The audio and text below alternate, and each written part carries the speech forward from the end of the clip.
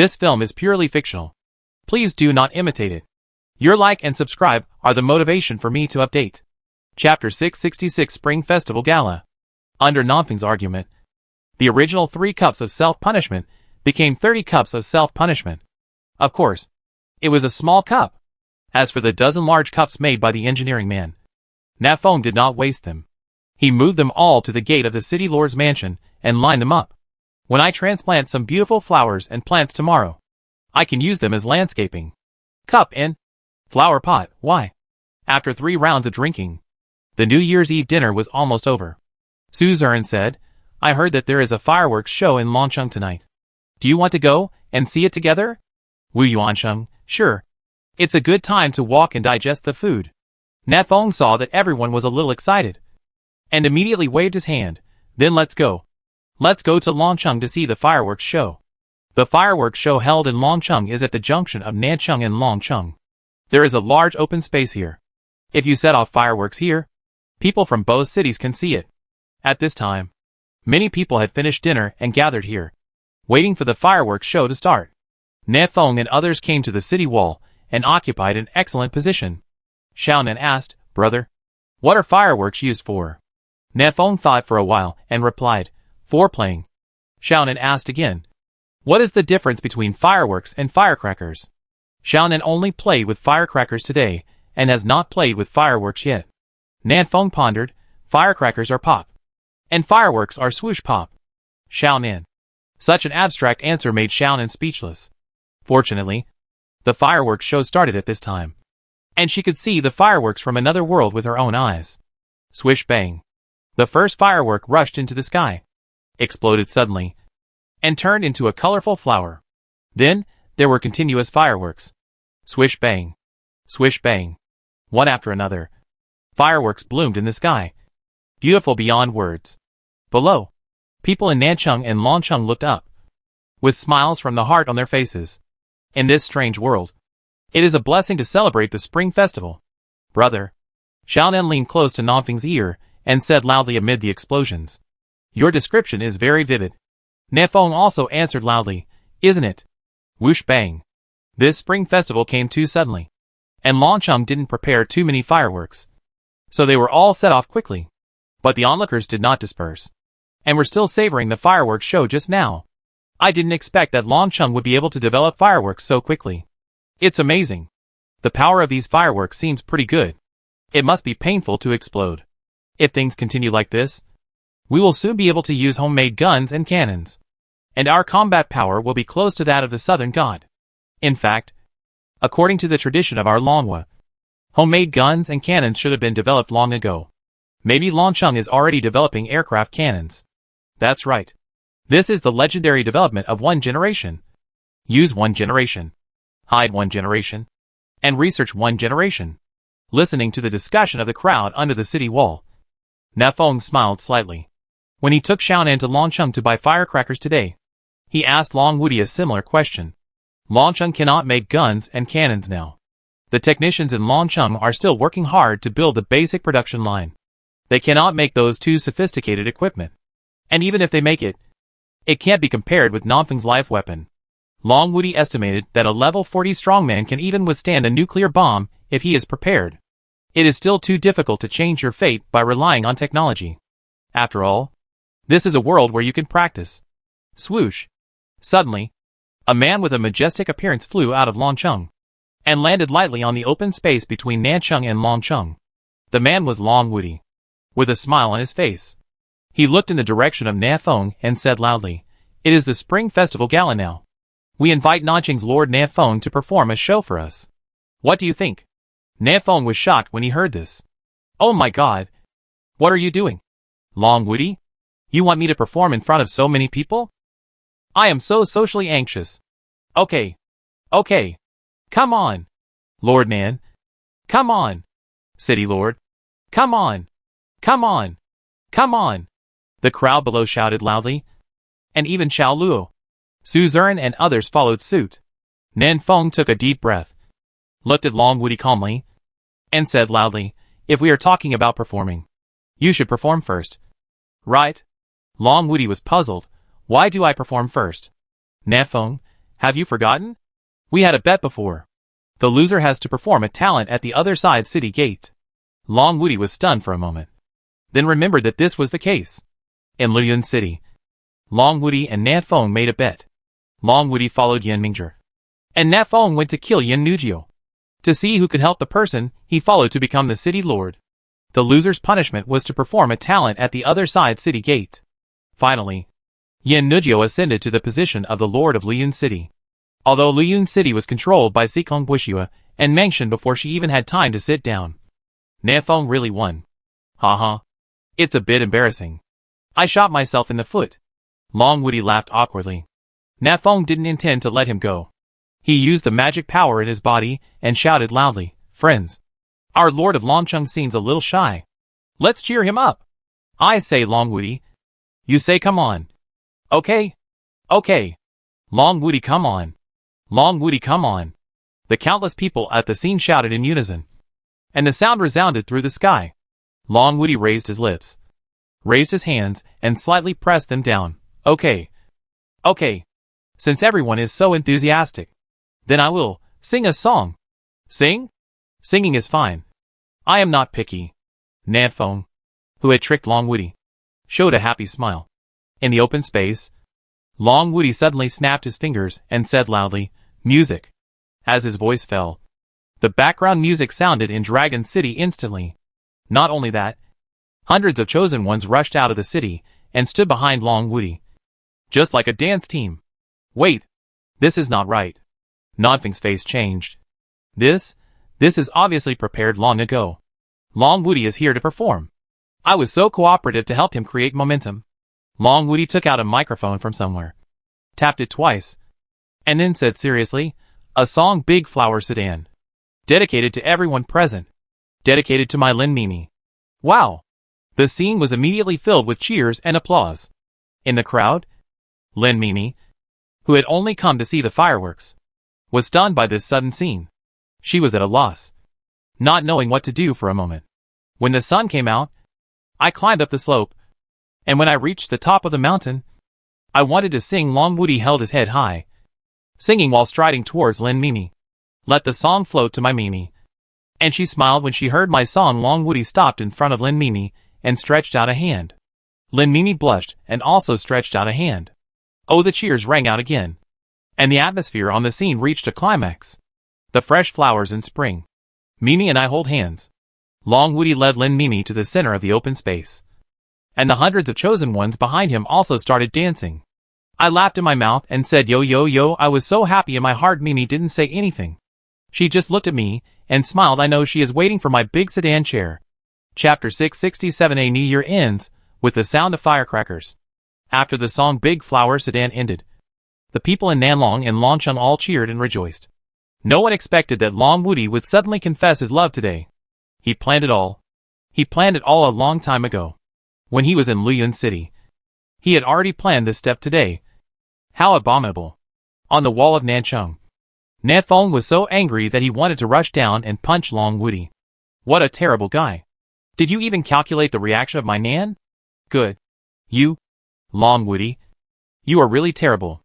In the open space, Long Woody, who had just finished his performance, turned his head and looked in the direction of Nan Feng.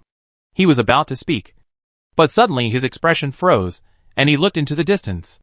"There are ferocious beasts," Long Woody said in a deep voice. Nan Feng spread his devil's wings and flew into the sky, looking far away.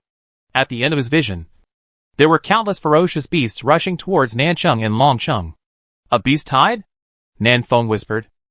His eyes scanned the beast herd and soon found a familiar figure. Yellow Spring Ghost Dragon. Didn't Xiaonan take this big earthworm as a mount? How come it is also in the beast herd? Nan Feng was puzzled. Long Woody also flew up to the sky. Hearing Nan Feng's whisper, he chuckled and said, "It should have rebelled." In the beast herd, Yellow Spring Ghost Dragon stared fiercely at Nan Feng and Long Woody in the sky. Yes, it rebelled. The reason for its rebellion was Nan Feng and Long Woody. Time goes back to this morning. After discovering that Xiaonan and Hudong were not at home, Yellow Spring Ghost Dragon mustered up the courage and prepared to go into the city to eat its tens of thousands of chosen ones and feast on them.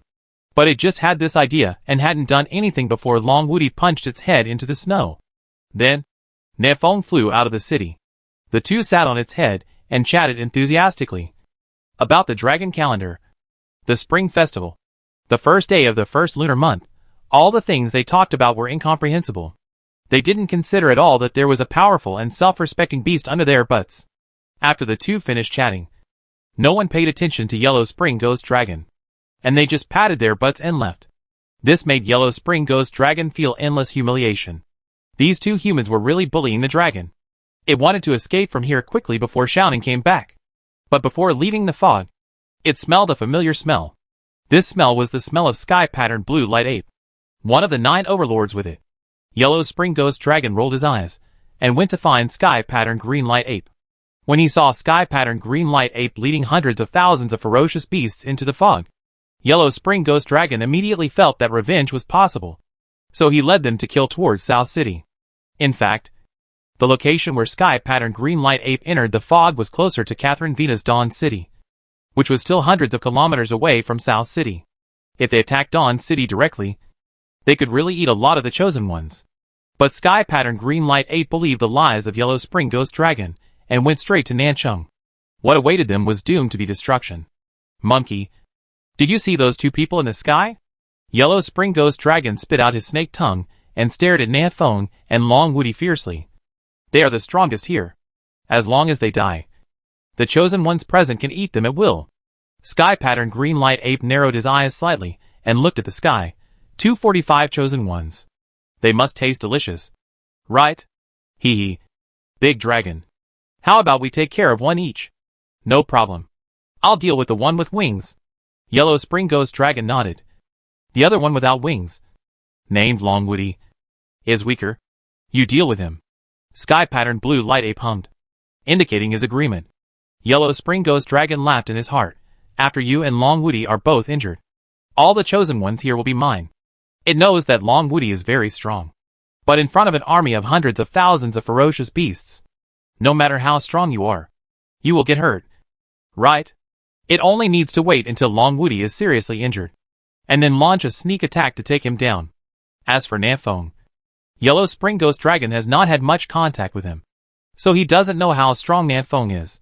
But before that, the elementary school student sitting on its back discussed, in a close combat, Long Woody can hang Nanfeng up and beat him. I think this Nanfeng should be very weak. Right? You can eat it first as a respect. Soon, this group of ferocious beasts arrived more than 10 kilometers outside the South City. Sky-patterned green light ape beat his chest and roared, "Brothers! The chosen one's camp is ahead. Everyone rush with me. Ah! Charge! Charge! Charge!" The beasts rushed forward. Yellow Spring Ghost Dragon rushed to the front line. Its eyes swept across the wall of South City, and suddenly its body froze and slowed down. On the wall, Wutong put his hands on his waist and looked at it playfully. And next to Wutong was the little girl with terrifying strength. Damn! When did they come back? Why at this time? Yellow Spring Ghost Dragon was terrified. The reason why it dared to attack South City was because Xiaonan was not there. If it had known that Xiaonan would be back today, why would it come? Big Dragon, why don't you charge? Seeing that Yellow Spring Ghost Dragon was getting slower and slower, Sky-patterned green light ape asked in confusion. Yellow Spring Ghost Dragon laughed awkwardly. Monkey, I suddenly have a stomachache and want to squat for a while. Sky-patterned green light ape snorted coldly. What a coward. Wait until I capture these two cities. You, the chosen one, will not be able to eat any of them. Looking at the hundreds of thousands of fierce beasts behind him, Yellow Spring Ghost Dragon hesitated. We have so many beasts, but we can't kill a little girl. Thinking of this, Yellow Spring Ghost Dragon used his magic power and set a 1,000-mile voice transmission to Hutong. Hutong, take action immediately and kill the little girl next to you. On the wall, Hutong was slightly stunned, then laughed out loud and replied with a 1,000-mile voice transmission. Get lost. Stupid beep. At the same time, Nefeng in the sky said to Xiaonan, Xiaonan, didn't you just ask me what fireworks are used for? In our world, there is such a legend. During the Chinese New Year, there is a beast called Nian that eats people everywhere. Later, people found that Nian was afraid of fire and noise. So people set off fireworks and firecrackers on New Year's Eve to drive it away. Then, Nanfeng used his magic power and said loudly, "Dear friends, tonight, my show is, the new year is over with the sound of firecrackers." A giant bomber appeared above the beast's head. Countless shells fell and exploded in the beast army, and the explosions resounded through the world. Nanfeng's tactical mask turned into a pair of sunglasses. He spread his hands and turned his back to the beast army. Like a god. Chapter 668 Level 45. Compared to Long Woody, Nanfeng is more efficient and faster in bullying. There are hundreds of thousands of ferocious beasts. Even if Long Woody just stands there and kills them, it will take him a long time to kill them. But Nanfeng only needs to spread his hands and pretend to be cool, and he can solve most of them. Ferocious beasts below level 40 are directly blasted into pieces. Ferocious beasts above level 40 are either dead or disabled. For the ferocious beasts, the shells falling from the sky are like the death scythe of the god of death. Just a slight swing can harvest a large number of lives. Yellow Spring Ghost Dragon was stunned when he saw this scene. This guy called Nanfeng is so powerful? That guy with wings is quite powerful. Sky Pattern Green Light Ape said in a muffled voice. Although the power of this shell is average, it is not something that low-level beasts can withstand. Our numerical advantage has turned into a disadvantage in an instant. As he spoke, a missile fell straight down and hit the top of Sky Pattern Green Light Ape. Sky Pattern Green Light Ape roared, and its arms suddenly stretched dozens of meters, hugged the missile in midair, and threw it towards Nanfeng. Shwa! The knife flashed, and the space was broken. The missile was chopped into missile fragments by a knife at a distance of more than 1,000 meters from Nanfeng. Thank you. Nanfeng turned around and nodded gently to Xiao Luo. Then, he set up the laser cannon, and the cannon body flashed with golden light. Gibbon, take my scorching sunbeam cannon. A straight golden light instantly cut through the night sky and hit the forehead of Sky Pattern Blue Light Ape. Since dawn, Nanfeng's laser cannon can absorb the essence of the sun again and start to charge. However, the charging time was relatively short this time, and the power of the fiery sunbeam cannon did not reach its peak. This shot only blasted a small hole in the forehead of the Sky Pattern Blue Light Ape, and did not even penetrate its skull. Humph. It doesn't hurt. Sky Pattern Blue Light Ape groaned, wiped the blood on his forehead, and strode towards Nanfeng. Green light bloomed on its body, forming strange inscriptions. With the blessing of the inscriptions, the Sky Pattern Blue Light Ape entered a violent state, and its strength increased explosively. Roar! Die! Sky Pattern Green Light Ape roared, jumped high, stretched his arms hundreds of meters, and punched Long Woody. It remembered that Nanfeng was left to Yellow Spring Ghost Dragon to deal with, and it wanted to deal with this human called Long Woody. Long Woody, who was watching the show with his hands behind his back, was stunned. No, buddy. Nanfeng hit you. You hit me? What do you mean? Do you think I, Long Woody, am easy to bully? Ah. Long Woody raised his hand and punched, confronting Sky Pattern Green Light Ape head-on. As expected, Sky Pattern Blue Light Ape was punched and flew several kilometers away, rolling on the ground for 70 or 80 times, and crushing many ferocious beasts to death. Under the same level, going head-on with Long Woody is no different from seeking death. Holy yeah. He is so strong. Sky Pattern Blue Light Ape climbed up, spit out a mouthful of mud and sand, and cursed Ho Chui. This means to curse the other party to have diarrhea immediately, which is usually used when two monkeys are cursing each other. Oh! Are you still a foreign monkey? Long Woody flew over quickly, landed in front of Sky Pattern Blue Light Ape, and punched it again, sending it flying. Why did you hit me just now? Sky Pattern Blue Light Ape was punched several kilometers away again, and with a bang, a deep and bottomless pit was smashed into the ground. Retreat! Brothers! Retreat! Sky Pattern Blue Light Ape staggered out of the pit and fled away from the cave. Ah! Woo woo woo! The surrounding beasts had long wanted to escape. Hearing the boss's words, he turned around and ran away. These hundreds of thousands of beasts came and went quickly, leaving only the corpses of beasts on the ground. Yellow Spring Ghost Dragon saw that the situation was not right, and ran away madly among the beasts. A dazzling fire suddenly appeared in front of it, and then it smelled the familiar breath of Hudong. Xiaonan stood on the back of the Firebird, with his hands on his waist, raised his head, and asked proudly, "Did you lead the beasts here?" Yellow Spring Ghost Dragon shuddered, recalling the fear of being dominated by Shunon's terrible flames. At the critical moment, Yellow Spring Ghost Flood Dragon had an idea and thought of a perfect excuse. I know that the Chosen One needs to hunt beasts to improve their strength. So I tricked them here. Hee hee. I don't believe you. Hwatong, in the form of a firebird, laughed. Don't listen to its nonsense. It asked me to kill you when we were fighting just now. Yellow Spring Ghost Flood Dragon's face changed drastically. Hwatong, you beastly traitor. You actually betrayed your own kind. Hwatong seemed to have guessed what Yellow Spring Ghost Flood was thinking, and sneered. I am a phoenix. You are an earthworm. They are humans. We are all different species. There is no such thing as betrayal. Yellow Spring Ghost Flood roared. I am a dragon, not an earthworm. You stinky sparrow. Hwatong, you are your horse. Xiao Nan immediately spoke up to stop the quarrel. Shut up. Follow me back to South City, and wait for my brother to decide. A zombie, a bird, and a snake staggered back to South City. On the open space outside Nanchung, Nefeng glanced at his system panel and smiled. Haha. Level 44, 99%. Just one step away from level 45. When he was in Haimao, Nefeng killed a lot of local strongmen, and his experience soared. In addition to the beast he just killed, his level has been stuck at level 44, 99%. Reaching the legendary bottleneck period. Bottleneck period. What is this bottleneck? Nefeng murmured, touching his chin. There is nothing wrong with my body. I haven't encountered any demons, and there are no messy voices in my head. What is my bottleneck?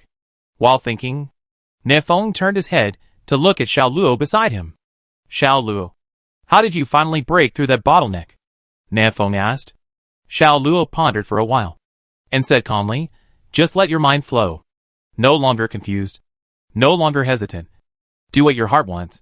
That is, let your mind flow. If your mind flows, doesn't that mean you can do whatever you want? Nefeng nodded thoughtfully, and whispered in a low voice, then I'm going to go back and have a good sleep.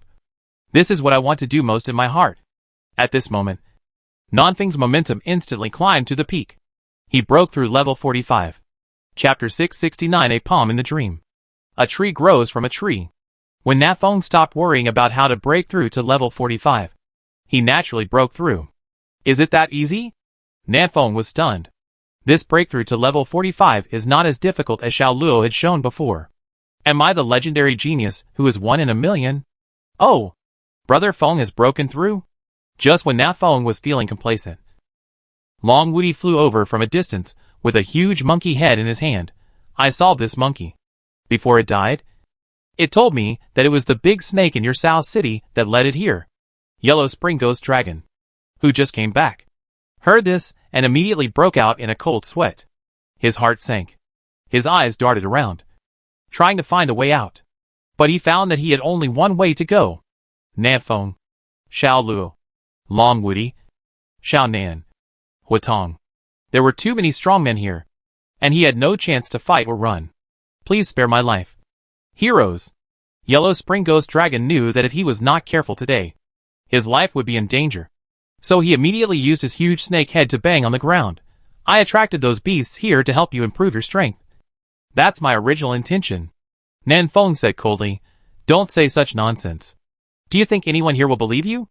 If Long Woody had not returned from the outer space, if Nefeng, Xiao Nan, and Xiao Luo were still in Haishan City, then this attack by the beasts would be enough to cause heavy losses to Nanchung and Longcheng. Nefeng was terrified when he thought about the consequences. Long Woody was also furious. He took 2 or 3 steps forward and stepped on the snake's head. The huge impact force smashed a deep pit in the ground. The head of Huangquan Ghost Dragon was stuck in the deep pit and dared not move. I taught you a lesson during the day, but it seems I didn't hurt you at that time. Long Woody smiled coldly. You dared to touch my Dragon City people. Do you have a tough life? At this point, Huangquan Ghost Dragon also realized that begging for mercy was useless. This group of chosen ones just wanted its life. Humph! Do you really think I'm easy to bully? Huangquan Ghost Dragon suddenly straightened his upper body, and his whole body was full of momentum. I was already level 45 hundreds of years ago. You guys. Boom! Nefeng fired an RPG rocket into the mouth of Yellow Spring Ghost Dragon. The violent explosion broke its snake tongue. and its entire mouth was bloody. Nanfeng looked at Long Woody. Brother Long, move it away to avoid harming innocent people. This place is too close to Nancheng and Longcheng. The aftermath of the battle is likely to shock ordinary people in the city to death. They must move the battlefield far away. Hiss. You are bullying the snake too much. You. Yellow Spring Ghost Dragon screamed. Before it could finish its words, Long Woody punched it out hundreds of meters away. He turned around and smiled at the chosen ones in the city. Brothers with courage can come here to gain some experience. Life and death are at your own risk. After that, he flew out first and fought with Yellow Spring Ghost Dragon. In Dragon City, Mad Wolf, Flying Eagle, Black Dog and others rushed directly to the battlefield without hesitation. In South City, Wang Yuanming, Wu Yuansheng and others looked at each other and hesitated. Wang Yuanming, this level 45 beast. If it touches me, I will lose half my life. Wu Yuansheng laughed. You overestimate yourself. If it touches you, you will die. But I have a long range. I am not afraid. Su Ming carried a huge shield and strode forward. I am thick-skinned. I am not afraid. Just charge wildly. Shen Pan drew out a dagger. I am fast. It should be safe for me to stab twice. Can your attack power break the defense? Wang Yuanming muttered. And seeing that his friends around him were rushing forward, he could not care so much and strode to the battlefield. Oh! Are you all so brave? Nanfeng saw that all the brothers from Nancheng had gone up, and said with a smile, Xiao Luo, go and support the brothers. Don't let them die outside. Xiao Luo nodded lightly, swung the short knife in his hand, transformed into 31 clones, and rushed straight to the battlefield. That night, the screams, fighting sounds, and roars outside Nancheng rang all night long. During this period, Yellow Spring Ghost Dragon tried to escape, and also tried to fight back desperately, dragging a group of chosen ones to die together, but under the joint control of Nanfeng, Xiao Luo, and Long Woody. This level 45 Yellow Spring Ghost Dragon was still killed by tens of thousands of chosen ones. It was a very miserable death. Nanfeng came to a strange city. The city walls here were as solid as a rock. The houses were scattered. The streets were clean and tidy, and the crowds were flowing. Nanfeng stood on the street with a confused look on his face, looking around. What is this for? His brain was a little confused, and he tried to connect the fragments of memory in his mind. Spring Festival, fireworks display, show, beasts attacking the city, killing the snake, going home to sleep. Oh, by the way, after killing the snake, I went home to sleep. So I am in a dream now? Nanfeng's eyes swept across the street in front of him. The city in the dream was so real that he didn't realize he was dreaming at first. Nanfeng sneered and walked along the street. Such a realistic dream must be problematic. This is most likely the work of the dream god. Of course, it could also be done by the emperor. After all, the emperor can also create dreams. You suddenly dragged me into an inexplicable dream. What do you want to do? Nanfeng whispered. What answered him was the strange phenomenon in the sky. Everyone, look! A huge crack suddenly appeared in the sky. Oh my god! Is it an alien invasion? Oh my god, I'm cracked. Nanfeng raised his head and stared at the sky in a daze. Where did he seem to have seen the scene? Crack, crack. The crack in the sky was getting bigger and bigger, and then a big hand slapped down from the sky. This hand seemed to be wrapped with endless power of heaven and earth. This palm seemed to turn the whole city into ruins. For a moment, Nanfeng felt that he was so weak and powerless. The feeling of powerlessness and despair came over him. Fuck. In the small room, Nanfeng sat up suddenly from the luxurious big bed, sweating all over. He breathed in fresh air in big gulps, staring at the ceiling with empty eyes. I don't know why, but the palm in the dream made Nanfeng feel endless despair, fear, regret, sadness, grief, and sorrow. It was as if that palm contained all the negative emotions in the world. After sitting on the bed for several minutes, Nanfeng finally came to his senses. He glanced at the time. It was less than 20 minutes since he lay down to sleep. Damn. I finally had a chance to sleep in. But I was awakened by this nightmare. Dream God. Emperor. Which bastard is messing with me? I draw a circle and curse you. Outside the sky. In the universe. The Emperor, wearing a unicorn robe, rushed through the starry sky like a meteor. Under his feet was a huge corpse like a planet. Chapter 678 Quiet January. The Emperor was flying in the endless starry sky, looking down at the huge corpse below. The skin of this corpse was full of pits and pits. I don't know how many meteors, meteorites, and even planets had hit it. There is no magical fluctuation, the Emperor thought to himself. This is just a waste corpse. When he saw this huge corpse for the first time, the Emperor was shocked. What level of strongman can cultivate his body to be so huge? Level 47? Level 48? Or the legendary creator god level? The Emperor didn't know. He only knew that he couldn't do it at level 46. The Emperor was not shocked for too long. A bold idea came to his mind. He wanted to refine this corpse into his own incarnation. If he could have an incarnation as big as a planet, wouldn't he be invincible? He did it right away. And the Emperor flew quickly to the huge corpse floating in the starry sky without hesitation. This was a long and boring journey. During the journey, Emperor Zun accidentally discovered that there was another person behind him. It was the chosen one, Long Woody.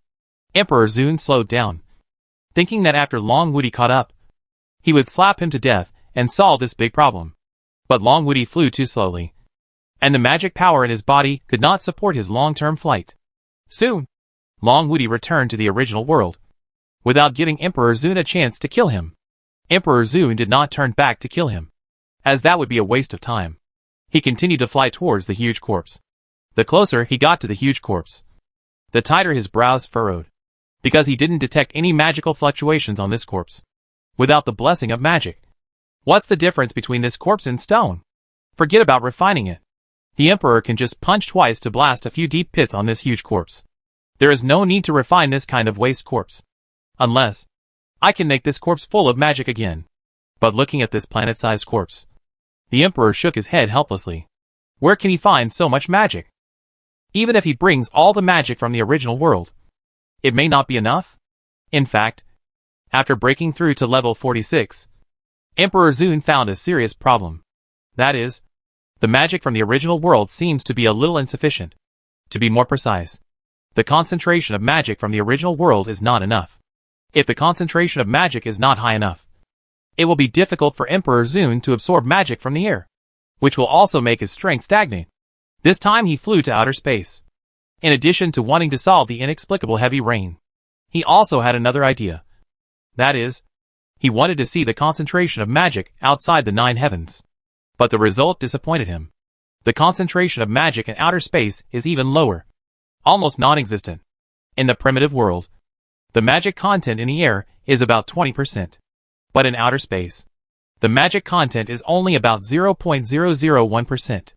The reason why Long Woody returned to the primitive world halfway through the flight was because the concentration of magic in outer space was too low. So low that he could not replenish magic. With such a lack of magic, how can I continue to break through? Emperor Zun pondered. He now really wants to know where those who have broken through to level 47 in history got their large amount of magic power from. The answer to this question may be found in the ancient book, The Falling Sun Empire. The Imperial Palace? In the secret room? Emperor Xian opened his eyes. He waved his hand lightly, and a book that was so worn out that it was almost rotten flew lightly from a distance. The book stopped in front of Emperor Zun and automatically flipped through it. In the Empire, many people can guess that Di Qi is actually Xian. After all, their style of doing things, the way they speak and do things, are exactly the same. But most people thought that it was the seriously injured Emperor Xian who took over his son Di Qi and lived again. Even Nan Feng thought so. But the fact is not so. The new Emperor Zun Di Qi is actually just an incarnation refined by Emperor Xian. Emperor Xian himself has been practicing in the secret room of the Imperial Palace. And the incarnation far away in outer space is now flying rapidly towards the head of the huge corpse.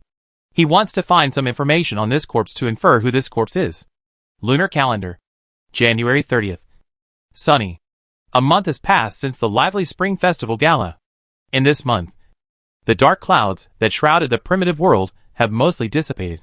The snow on the road has melted, and the temperature has returned to normal. The doomsday-like dark night has completely left the primitive world. This month, the primitive world is very peaceful. There is no war, and no new moths have appeared. Nanfeng was too lazy to relax for a month.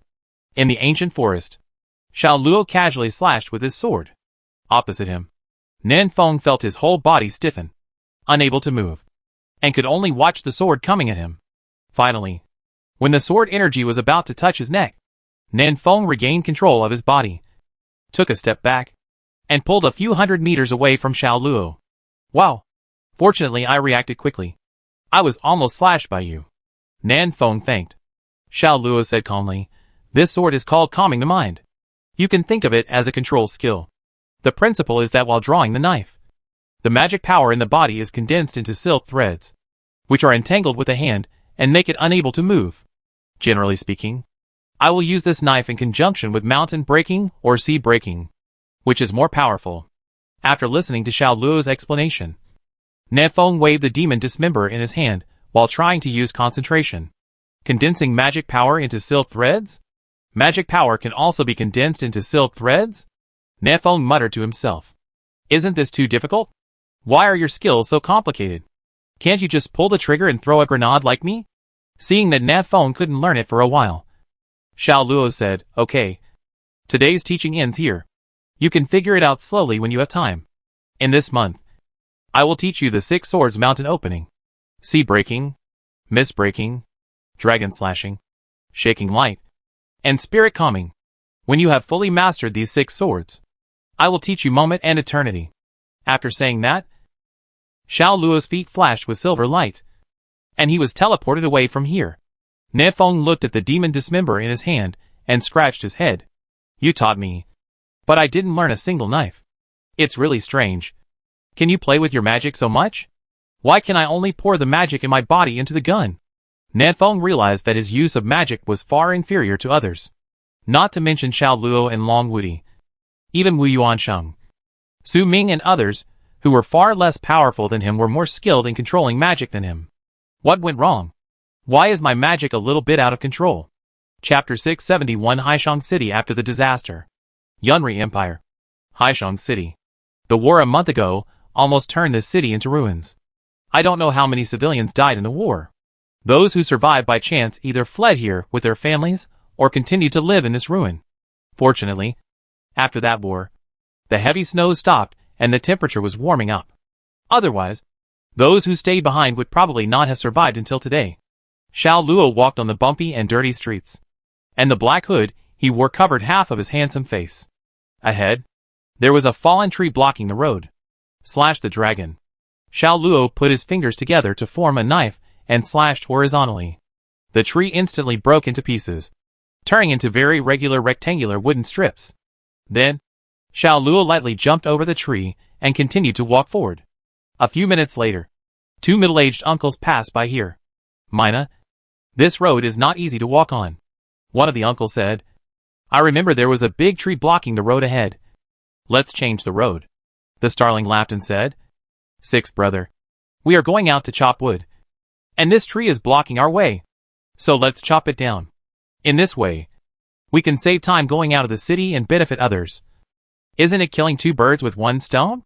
As they talked, the 2 of them had already arrived in front of the big tree blocking the road. The sharp-eyed starling immediately noticed something strange. Wait! This tree. He pushed the big tree hard, and the big tree immediately fell apart, turning into a pile of wooden strips on the ground. This, Mina and Lao Lu looked at each other. Both of them were confused. Who cut the tree so neatly?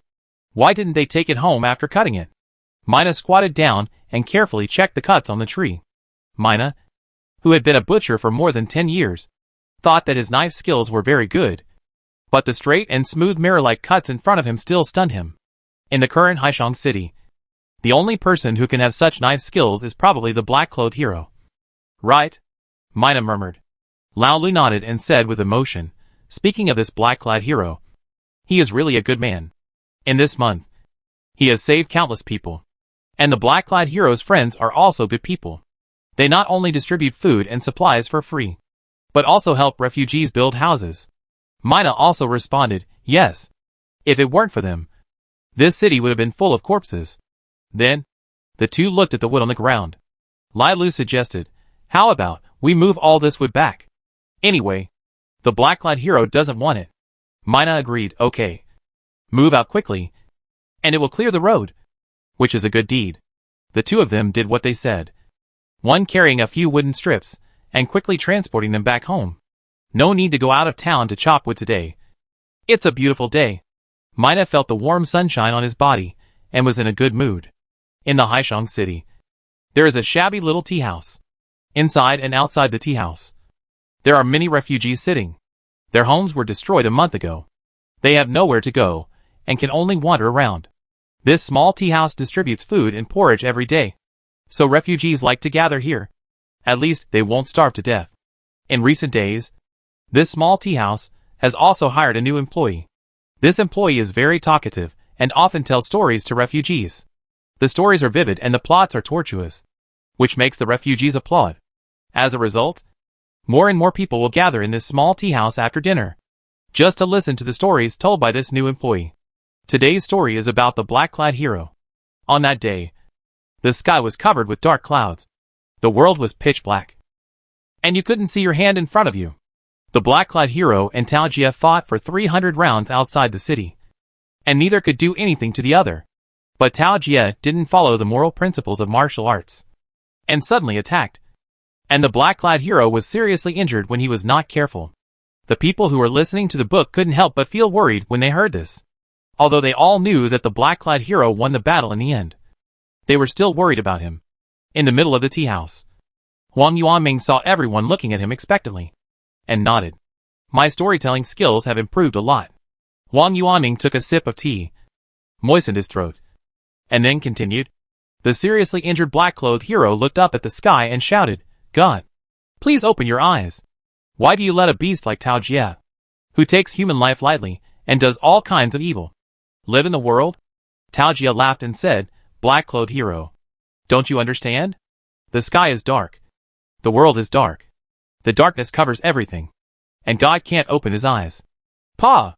At this point, Huang Yuanming suddenly slammed the gavel, attracting everyone's attention. The black-clothed hero is unwilling to accept that Tao Jie continues to dominate the High Mall, and he is unwilling to accept that the world is shrouded in darkness. Since God is blind, he will enforce justice on behalf of God.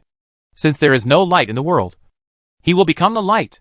So, the black-clothed hero raised the 7-star thunder in his hand high and roared, Darkness covers everything. I will be the last ray of light in the darkness, and I will smash the darkness with thunder. In the tea house, the people who were listening to the story instantly became excited and applauded. Great! Great! Great! A thunderbolt that shatters darkness.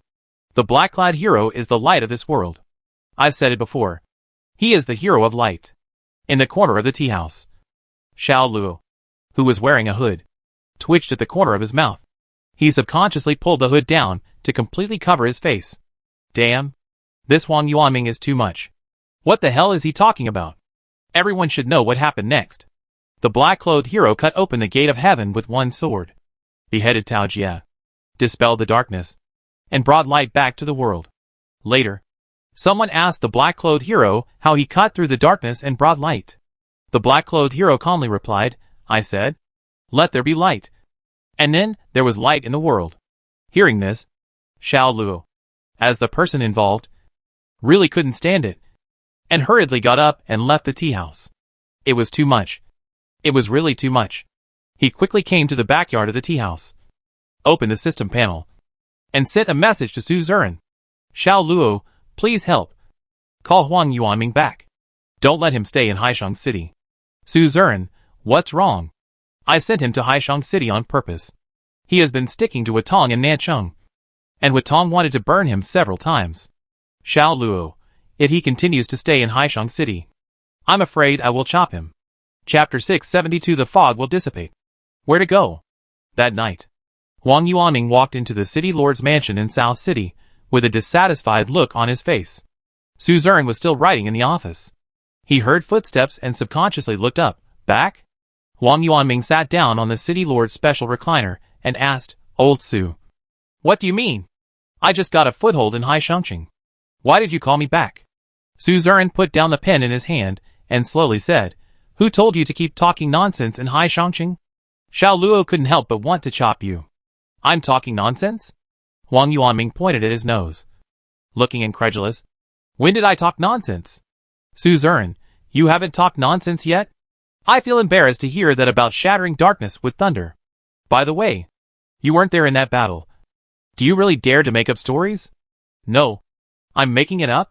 Huang Yuanming's nostrils grew bigger and smaller with anger. He opened the panel and quickly sent a message to Na Feng. Huang Yuanming, god of Nan. Help quickly. Then, Huang Yuanming took out the teleportation array. And the next second, Na Feng, holding the demon dismember, teleported over. What's going on? Na Feng looked around cautiously and saw that there were only Su Ziren and Huang Yuanming here, and couldn't help but frown. What's going on? Huang Yuanming said angrily, Nanshan. Tell me, what did Luo Gu say in the battle at Hai Mall? Na Feng raised the knife above his head and shouted, use thunder to smash the darkness. Then he put down the knife and asked in confusion, what's wrong? What's wrong with this sentence? Huang Yuanming raised his head and looked at Su Ziren with his nose. Su Ziren shook his head helplessly. Okay. The culprit has been found. Huang Yuanming did not talk nonsense. He just told the original words. Na Feng looked at the expressions of the two and probably guessed what happened. He pulled Huang Yuanming up from the city lord's special recliner and sat on it himself, although the story I told was a little exaggerated. You wouldn't call me back just because of this little thing. Right?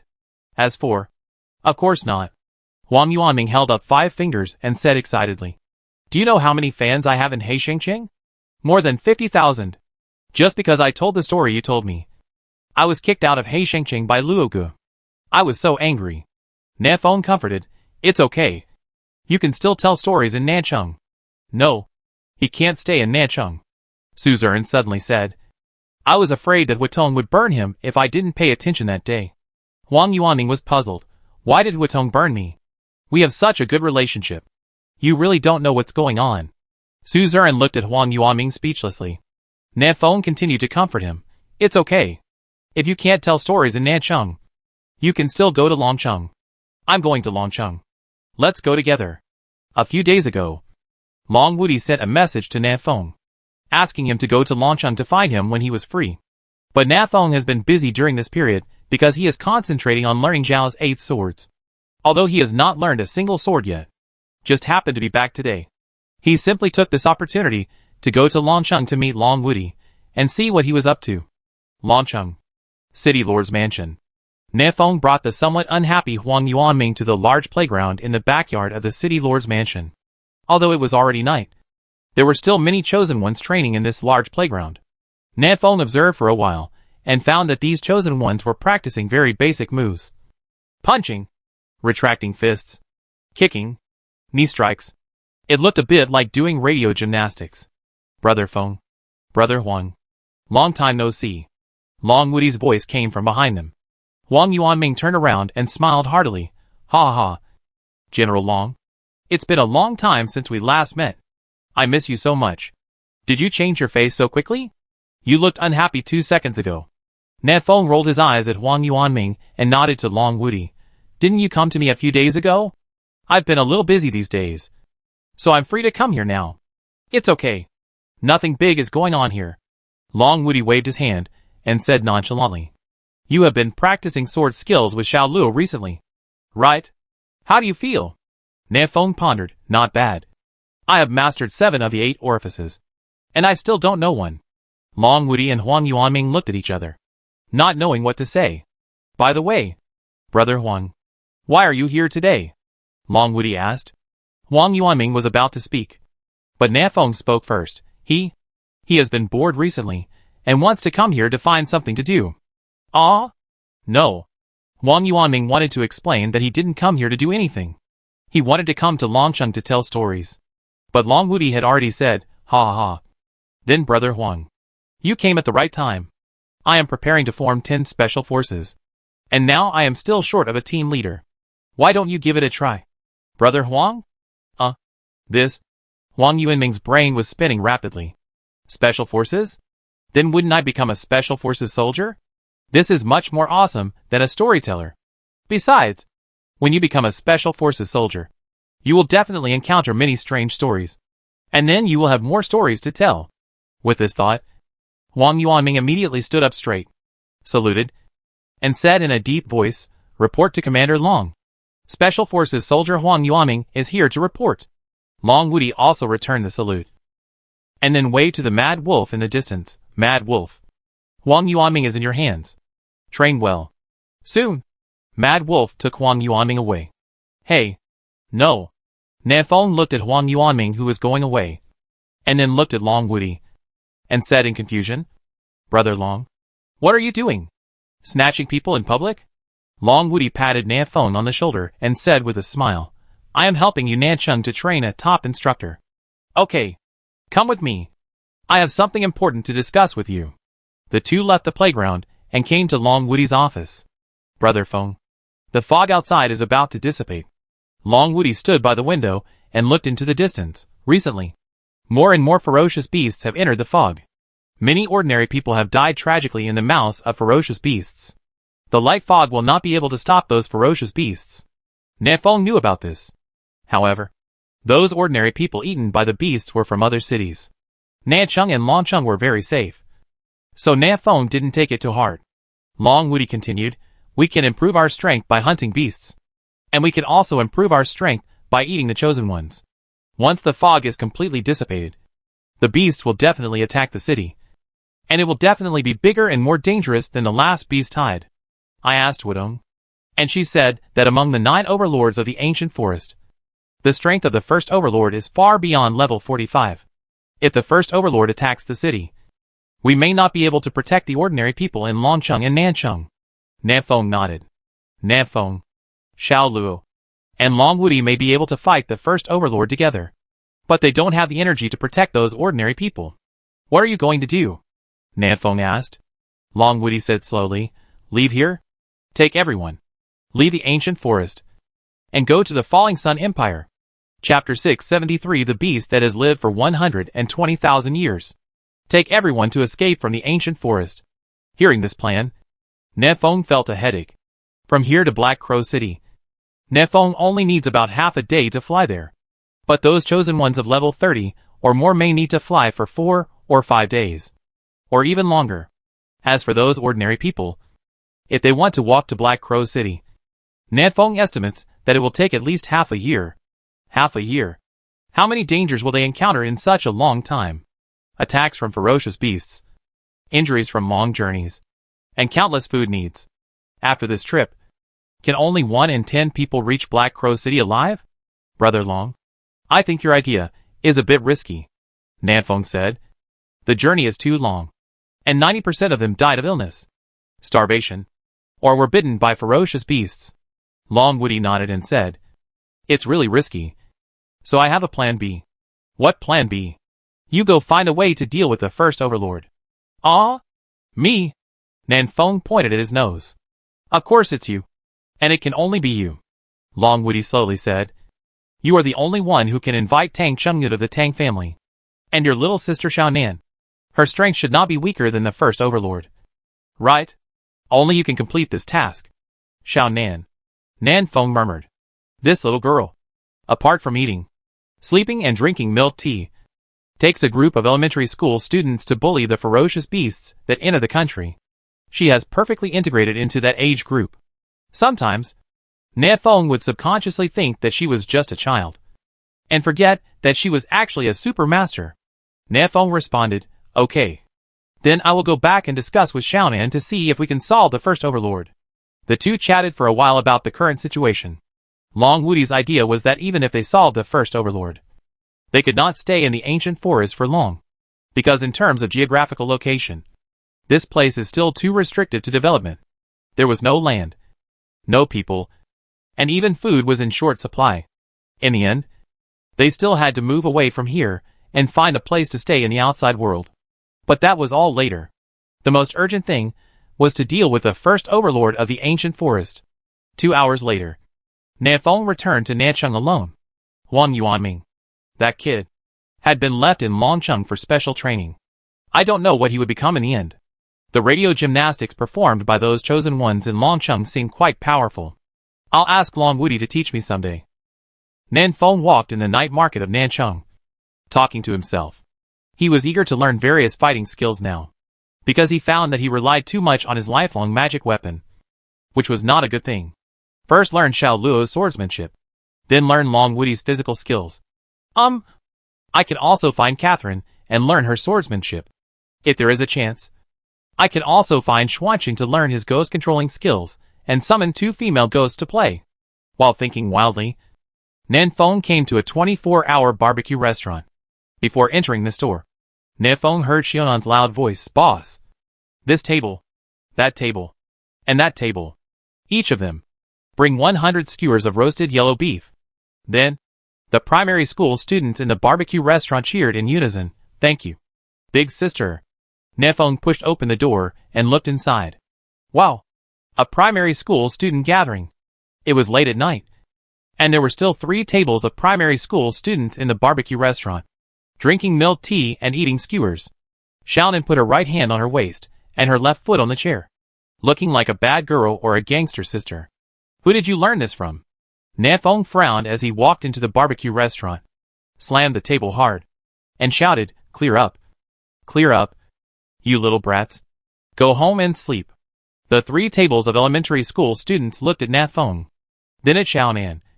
No one spoke, and no one went home. "Oh, the words of my great Nancheng city lord are useless."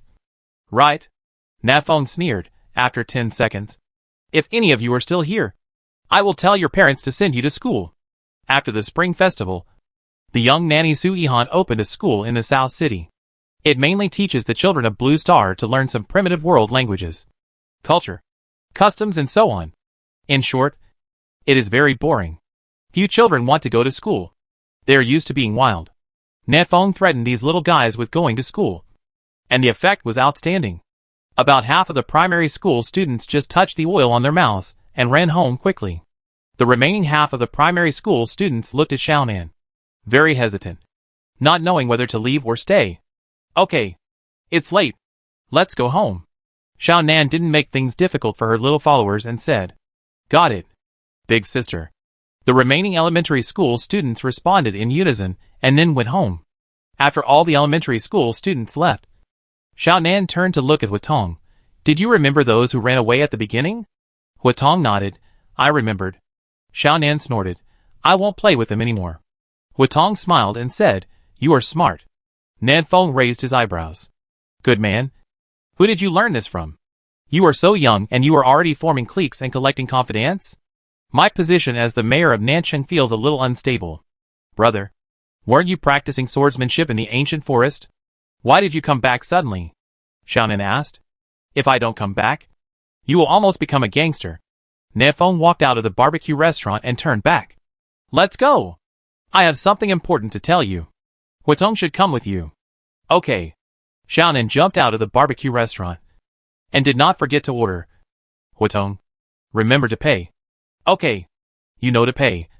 Then you are not a member of the Black Society," I said.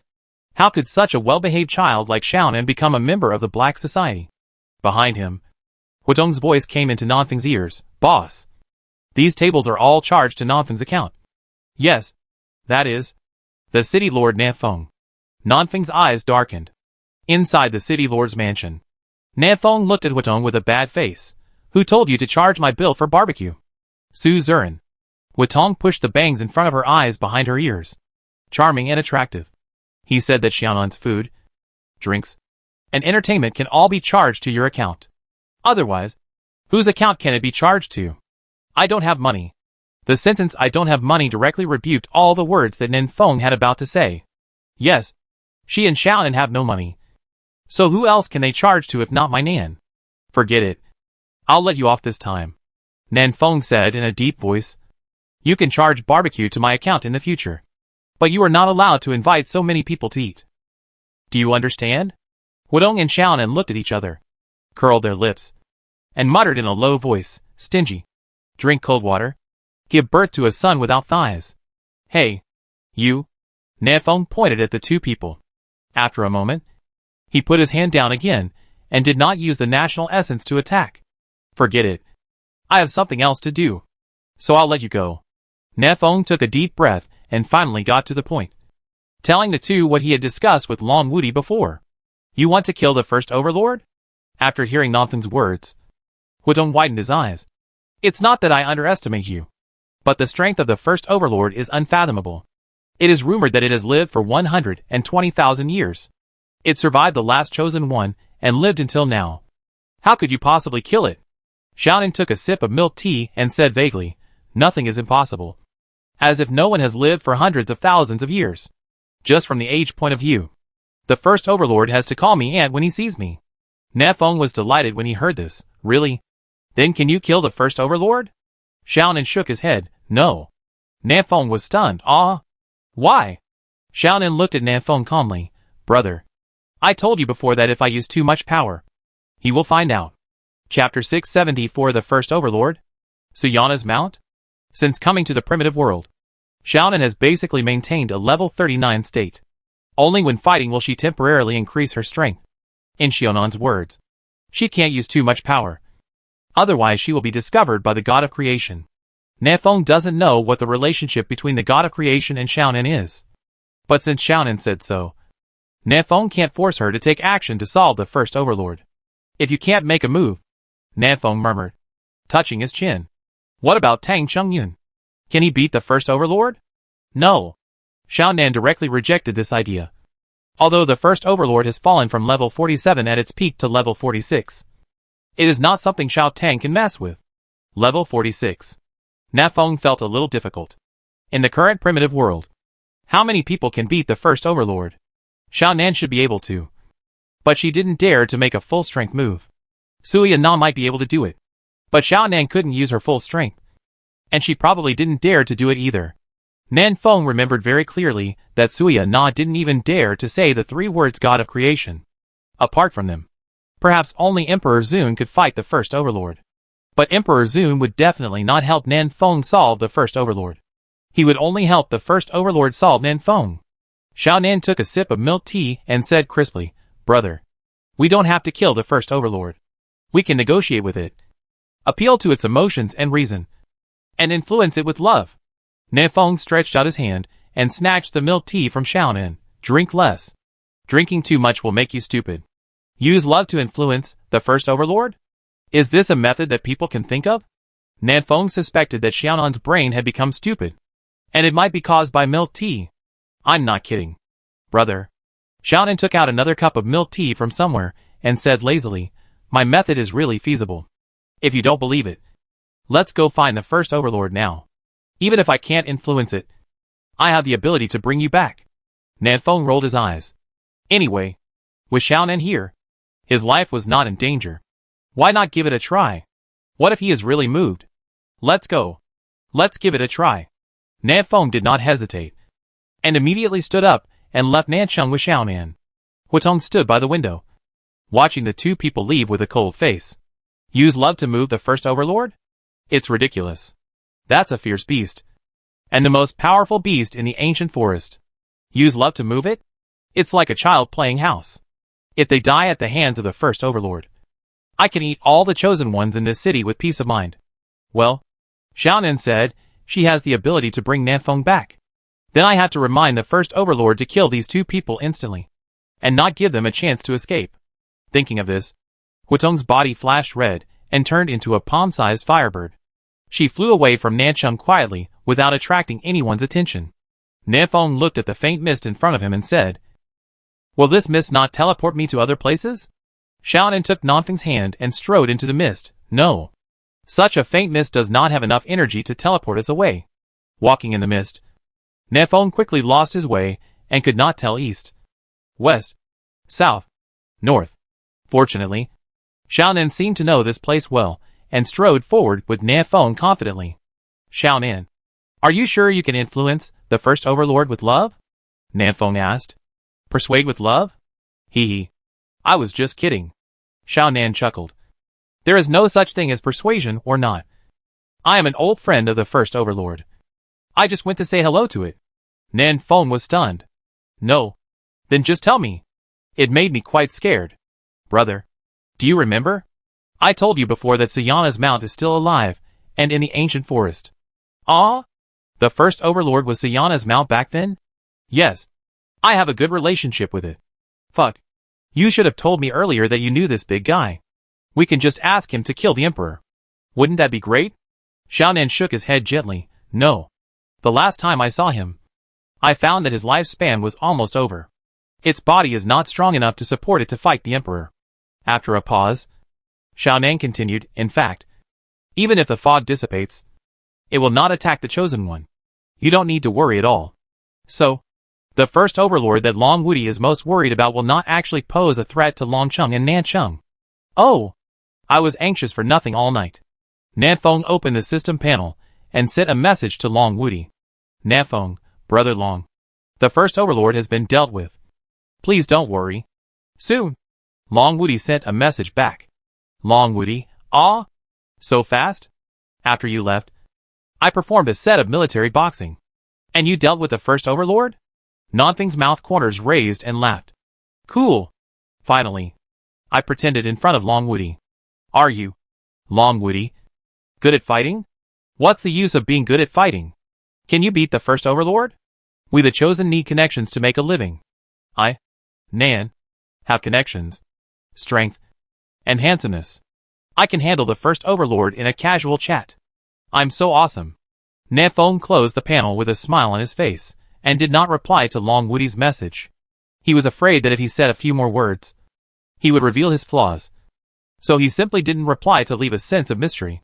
By the way, since the first overlord will not threaten us, why do we still go to find it? Nanfeng suddenly thought of this question and looked at Xiaonan. What you said in the city lord's mansion just now. Were you talking to Hudong? Brother is really smart. Follow me. Xiaonan chuckled. Hudong has a lot of little tricks. Just take this opportunity to teach her a lesson. If I'm not mistaken, she has already gone to find the first overlord. Xiaonan's guess was right. Compared to Nanfeng and Xiaonan who were walking leisurely, Hudong had already turned into a beam of fire and rushed out of the fog and arrived at the territory of the first overlord. After landing, Hudong turned into a human form and took a deep breath. The rich magic in the air made her feel comfortable physically and mentally. The magic power here is extremely strong. If you can practice here, one day can be equivalent to 10 days in the outside world. Hudong thought to herself. She strode forward and soon saw a sleeping dragon. This was a real dragon. It just lay there quietly and could bring endless pressure to the creatures around it. This was the first time Hudong saw the first overlord. Before this, she had only heard of the first overlord's reputation. Your Excellency. Hudong opened her red lips and spoke carefully. She had just said 3 words when the sleeping dragon opened its cloudy eyes. Instantly, Hudong felt as if the world was about to be destroyed. She fell to her knees, trembling and sweating. The dragon made a dull nasal sound, as if asking Hudong what was going on. Hudong mustered up her courage and said tremblingly, First Overlord, 2 humans are coming soon, and they want to kill you. The dragon made another long, dull nasal sound, and slowly closed its eyes, not taking Hudong's words to heart. Hudong hesitated for a while, and did not continue to speak, but slowly stood up and left here. She transformed into a palm-sized firebird, hiding in the woods not far away, waiting quietly. I'll act according to the situation later. If the first overlord has the advantage, I will stop Xiaonan and prevent her from escaping. If Xiaonan has the advantage, I will sneak attack the first overlord and make a great contribution. If both sides are injured, that would be wonderful. In the fantasy, 2 figures, one big and one small, have appeared in Hudong's vision. Chapter 675, Conquering the 9 Overlords. They are coming. Hudong held her breath and concentrated, not daring to make any sound, for fear of being discovered by Xiaonan. She looked out from the gap between the leaves and saw Nanfeng and Xiaonan leisurely walking towards the first overlord. Xiaonan is really strong, as he can ignore the pressure of the first overlord. Hudong thought to herself. If the 2 of them fight, it will definitely be exciting. There will be a good show to watch today. Should I retreat a little further? Just when Hudong was still struggling whether to stay away from the battlefield, Xiaonan had already jumped in front of the dragon. She was so small that her head was not even as big as the dragon's nostrils. She stretched out her little hand and gently patted the dragon's nose. Hi, little caterpillar. Nanfeng behind her took a breath and took a half step back without making a sound. You are in Ganshinma. Xiaonan. Even if you are old friends, you can't call him a little caterpillar. Right? This is the first overlord of the ancient forest. You should give him some face. Right? Hudong in the distance raised his mouth slightly and thought to himself, haha. Xiaonan actually called the first overlord a little caterpillar? Then she is dead, and no one can save her, I said. But to their surprise, the first overlord did not react to the title. It did not even lift its eyelids, but only made a soft sound from its nose. You are going to die.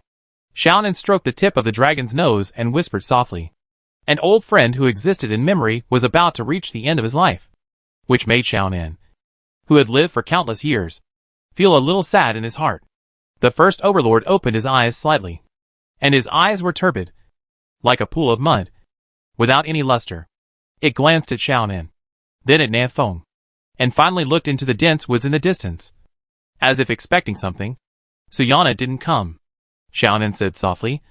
Maybe she will come over in a while? Hearing Xiaonan's words, a glimmer flashed in the eyes of the first overlord.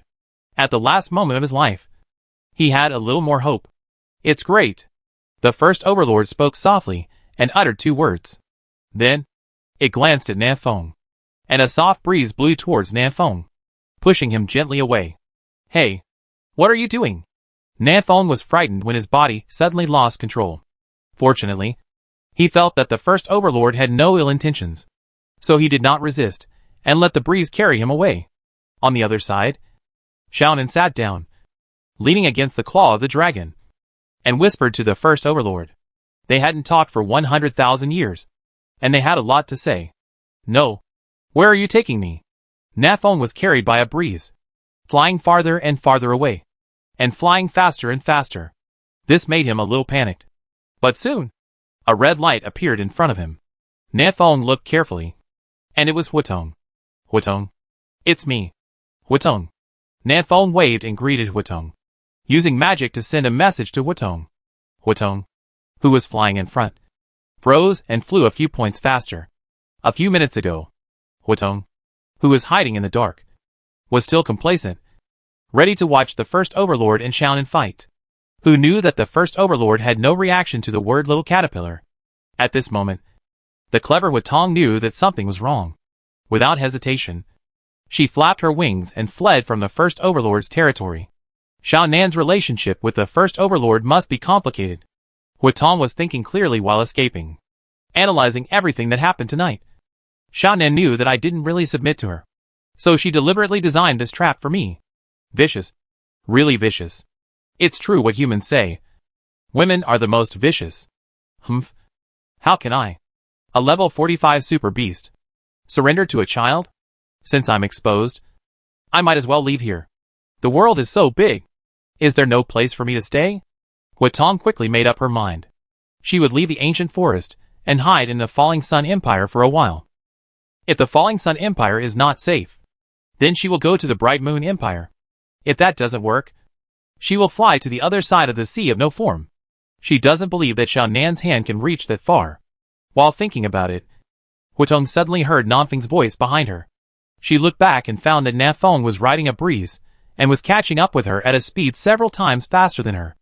Hutong, why are you running? In just a few breaths, Nanfeng had arrived beside Hutong and flew side by side with her. What are you chasing? Hutong glared at Nanfeng unhappily. Do you want to see who is chasing who now? While speaking, Nanfeng had already flown in front of Hutong. Seeing this, Hutong stopped immediately, then changed direction and fled. Hey! Turn! Turn! Brother Feng! Nanfeng shouted. Turn! Turn! It's time to turn. But the breeze that was carrying him could not understand his words, and just continued to fly forward with him. After more than 10 minutes, Nanfeng's speed slowed down. He slowly landed on a mountain and looked around in confusion. What are you doing again? Nanfeng whispered. Xiaonan's voice rang in his ears. Brother, I have talked to the little caterpillar. When the fog dissipates, he will not attack people in the fog. But the little caterpillar is too old. He can't take care of other beasts. You have to solve this problem yourself. The solution is also very simple. That is to beat up all the other overlords until they surrender. Note that we need them to surrender, not to kill them. If the 9 overlords are hunted, it will only arouse the anger of other beasts and stimulate their bloodiness. By then, millions of beasts will rush into the mist. No matter how powerful Nanfeng is, he can only defend his own territory, and many people will die in the mouths of beasts. If the Emperor takes advantage of the chaos to attack again, Nafong may not survive. So hunting the 9 overlords is not a good choice. Nafong can only defeat the 9 overlords, no matter whether they surrender truly or falsely, as long as they can take care of their territory and prevent other beasts from entering the mist. It will be fine. Among the 9 overlords, Huaquan Ghost Jiao and Tianwenqing Wang Yuan are already dead. Hudong, count her as dead too. Except the first overlord. There are still 5 overlords left. It's a bit difficult for me to fight 5 alone. Well, call Xiao Luo and Long Wudi over. I'll deal with 1. Xiao Luo will deal with 1. And Long Wudi will deal with 3. That's it. Nefeng clapped his hands and assigned the tasks. Xionan's voice reached Nanfeng's ears again. By the way, brother, the place you are now is the territory of the 5th overlord. Be careful. Chapter 676 The 5th Overlord Frost Wolf. The territory of the 5th overlord? Nefeng stood on the edge of the mountain, looking down at the scenery below. At this time, the sky was gradually getting brighter, and the branches and leaves below were lush and green, like a green ocean. When the breeze blew, the leaves swayed like waves. It was very peaceful here. Nefeng did not detect the breath of the strong. Is the 5th overlord not at home? After carefully observing for a while, Nefeng did not feel any danger. So he opened the panel and sent a message to Long Wudi, briefly describing the current situation. Nefeng, there are 5 overlords left in the ancient forest. Xiao Luo and I will take care of 1 each. And you take care of 3. Is that okay? Long Wudi, no. Why should I fight 3? Nefeng, because with great power comes great responsibility. Long Wudi, I'm not Spider-Man. The two discussed for a while, and finally decided that each of them would take care of 1 overlord. The remaining 2 overlords would be decided based on the situation. Long Wudi, I'll go take care of the 4th overlord first. I know where its territory is. After sending this message, Long Wudi closed the system panel and walked out of the city lord's mansion. Soon, a figure flew out from the sky above Longcheng and rushed into the fog. On the top of the mountain, Nefeng sent another message to Xiao Luo. Come quickly. 2 seconds later, Xiao Luo teleported over. What's wrong? Xiao Luo looked around and observed the surrounding environment. I have a task for you. Nefeng briefly described the current situation. After listening, Xiao Luo nodded gently and said, I understand. Who do you need me to deal with? Nefeng thought for a moment and replied, well, the 1st, 6th, 7th, and 9th overlords have all been dealt with. Long Wudi will deal with the 4th overlord now. And I will deal with the 5th overlord. You can pick one of the remaining 2nd, 3rd, and 8th overlords. Huatong is the 6th overlord. Yellow Spring Ghost Dragon is the 7th overlord. And Sky Pattern Blue Light Ape is the 9th overlord. These 3 overlords are either dead or run away, and they are no longer a threat. Xiao Luo only needs to choose an opponent from the remaining 2nd, 3rd, and 8th overlords. I'll choose the 8th overlord. Xiao Luo was more cautious. After all, he had just broken through to level 45. Facing the 2nd and 3rd overlords, he might have some difficulty. Let's pick a soft persimmon first. Okay. Nefeng tapped the tactical headset and called. Xiao Nan. Xiao Nan. Navigate Xiao Luo to the territory of the 8th overlord. Xiao Nan's voice soon rang in Xiao Luo's headset. General. Navigation begins, go straight ahead. Xiao Luo glanced at the cliff in front of him, took 2 steps forward, and jumped down with a whoosh. A group of ferocious blood-eye falcons flew out from the hillside, swooping down on Xiao Luo with their fangs and claws bared. These blood-eye falcons are all level 40 beasts.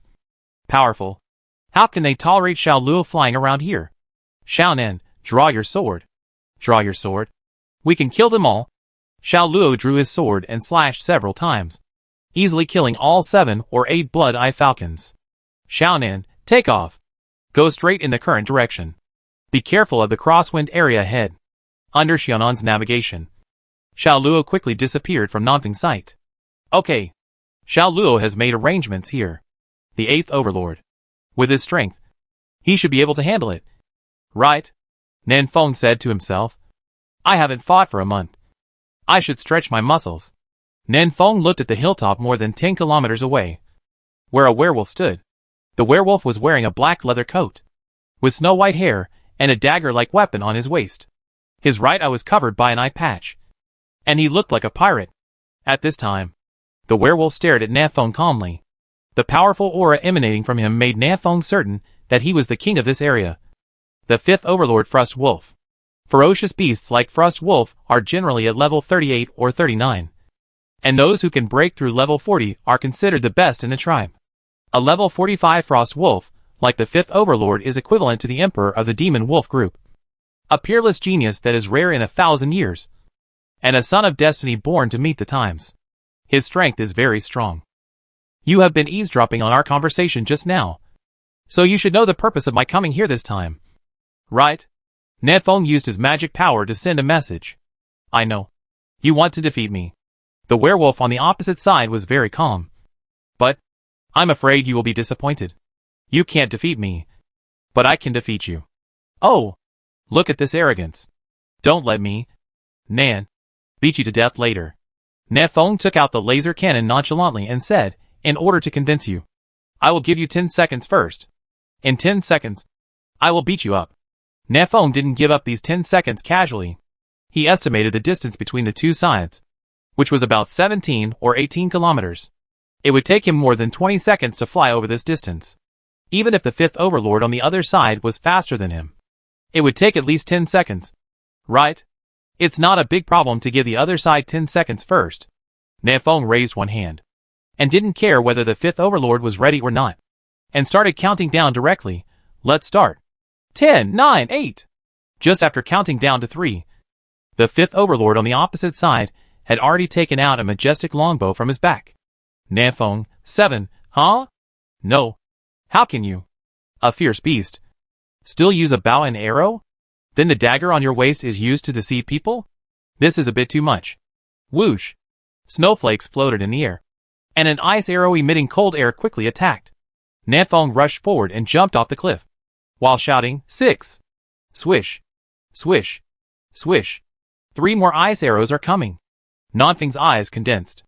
The speed of free fall was too slow. It was obvious that he could not avoid these 3 ice arrows. He quickly spread out his devil's wings and rushed into the sky in the opposite direction. 5. Nafeng continued to shout. Swish! Swish! Swish x20. Dense ice arrows shot into the sky, and the cold air spread everywhere. The water vapor in the clouds turned into small water droplets when it was cooled. The heavy rain fell on Nafeng with a crackling sound. 4. Ice Soul. The fifth overlord shouted coldly, pulled the longbow to perfection, and shot a giant ice arrow.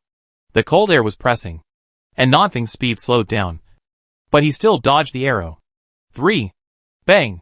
The giant ice arrow flew behind Nafeng, exploded violently, and turned into countless small ice arrows stabbed towards Nafeng. Nafeng curled up his body into a ball, wrapped his whole body with devil's wings, and prepared to resist these small ice needles. 2. The ice needle pierced Nafeng's body, and instantly condensed into a layer of frost on his body surface. Nafeng's lips turned white, and he shouted the last number with trembling, 1. After the voice fell, he raised the laser cannon in his arms, and aimed at the fifth overlord. Scorching Sunbeam Cannon. Chapter 677 Inscription Giant. Goes Fire. On the other side of the forest. Navigation ended.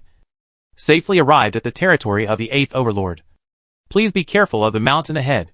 Listening to the voice in the headset, Xiao Luo glanced ahead. A towering mountain blocked his way forward. Xiao Luo slowed down and landed steadily halfway up the mountain, observing the surrounding environment. Where is the 8th Overlord? Xiao Luo asked. The headset was silent, and Xiao Nan did not answer Xiao Luo's question. But there was another voice that answered him. Are you looking for me? The voice was deep and powerful, and every word was dragged out for a long time, like a subwoofer. Xiao Luo frowned slightly, and he sensed a strong breath that was surrounding him. But he couldn't find the other party's specific location. Who are you? The deep voice sounded in Xiao Luo's mind again. A blue light suddenly lit up under Xiao Luo's feet, and Xiao Luo reacted instantly and flew into the sky. On the mountain, more and more blue lights were flashing. These blue lights connected together and spread all over the mountain, like a magic circle full of mysteries. Then, in Xiao Luo's surprised eyes, the mountain stood up. Crash! Large pieces of boulders rolled down the mountain. The trees in the mountains broke, and the ferocious beasts living here scattered. Under the light of the magic circle, the mountain shrank rapidly, and in just a few breaths, it turned into a stone giant more than 5 meters high. At this time, Xiao Luo finally understood the meaning of Xiao Nan's words, "Please be careful of the mountain ahead." It turned out that this mountain was the 8th Overlord inscription giant. "Are you the 8th Overlord?" Xiao Luo slowly descended and stood in front of the stone giant. "I challenge you." "Challenge me?" Inscription giant opened his mouth and made a dull sound. "I accept you." "Open the mountain." Inscription giant spoke too slowly. Like a sloth, Xiao Luo couldn't wait and took the lead in slashing with his sword. This sword had the power to split Huashan Mountain, even if it was a mountain several thousand meters high. Xiao Luo had the confidence to split it with one sword. Clang! This sword slashed on the head of the inscription giant, and the crisp sound echoed in the forest. Xiao Luo's face froze slightly. His palm was numb, and the hand holding the sword was shaking. The sword just now only left a faint white mark on the head of the inscription giant. "This giant is a bit too hard." "Challenge of." Inscription giant continued. As soon as the words fell, the blue inscription on its body suddenly lit up, and it rushed toward Xiao Luo. "Broken sea." Xiao Luo floated back like a light swallow, and at the same time swung his sword horizontally. Crack! Crack! The space was collapsing. Through the broken space cracks, you can vaguely see the stars on the other side. But the space where the inscription giant is located is extremely stable, with no signs of breaking at all. It's too hard. It just stands there and can stabilize a space. It can't be cut. It can't be cut at all. Xiao Luo's face was solemn. The 8th Overlord in front of him was not easy to deal with. At the same time, beside a Tianking in the ancient forest, Long Wudi stood on the edge of the Tianking and looked down at the bottomless abyss. According to the information provided by the intelligence team, the 4th Overlord should be below here, Long Wudi said to himself. It's unknown how deep this Tianking is. It's like a huge, dark mouth, waiting for all kinds of beasts to fall in. Long Wudi twisted his neck and jumped lightly. He was like a person who had lost his footing and fell into an endless abyss. You will die. A disembodied voice sounded in Long Wudi's mind. Long Wudi chuckled and ignored it. Lin Mimi will die too. The disembodied voice sounded again. Long Wudi's face darkened slightly, and a hint of murderous intent flashed in his eyes. Without you, Longcheng will be destroyed. The disembodied voice continued. The creatures of Longcheng will fall into the dark abyss, just like you are now. Long Wudi shouted coldly, "Get out." His get out was so powerful that it kept echoing throughout the abyss. The voice in his mind stopped talking. A few minutes later, Long Wudi landed lightly in the deepest part of the abyss. It was dark around him, and only a faint light could be transmitted from the entrance above his head. That voice just now sounded familiar. Long Wudi stood there, lowering his head and recalling the voice just now. But he couldn't remember where he had heard this voice before. It shouldn't be the 4th Overlord, right? It doesn't know Mimi and Longcheng. Well, maybe the 4th Overlord can read minds? No. According to the information obtained by the intelligence team, the 4th Overlord is a ghost fire boy who plays with a hammer, and he shouldn't be able to read minds. Then who was talking to me just now? While thinking, a dangerous breath appeared behind Long Wudi. Ah! Hammer! A sharp voice came, and Long Wudi took a step forward lightly. A huge hammer brushed against the corner of his clothes and hit the ground heavily. Boom! The earth trembled, and the entire Tianking was shaking violently. Long Wudi turned around and looked up and down at the 4th Overlord Ghost Fire who attacked him. It's really a ghost fire boy with a hammer. Long Wudi thought to himself. I thought the intelligence team was playing abstract with me. At this time, Ghost Fire was also looking at Long Wudi. It chuckled and said in a sharp voice, "It's really interesting that there is a chosen one who fell into the trap and delivered it to me. No. I'm not here to feed you." Long Wudi stretched out a finger and shook it. I'm here to take you in as my younger brother. At this moment, Long Wudi exuded strong self-confidence, just like the protagonist of this world. As long as he opened his mouth, countless strong men would submit to him and become his younger brothers. Ghost Fire was stunned for a few seconds, and then smashed Long Wudi with a hammer. What a piece of shit. Take my hammer. The power of this hammer was so amazing that even Long Wudi did not dare to take it head-on. He could only retreat again and again, and at the same time secretly said in his heart, novels are all lies. and the aura of kings and tyrants does not exist at all. Boom! Another hammer hit the ground, and a huge deep pit was smashed out of the earth. Seeing this, Long Woody suddenly realized that this Tianking was smashed out by Ghostfire of the Netherworld one hammer at a time. You hit me twice. Now it's my turn.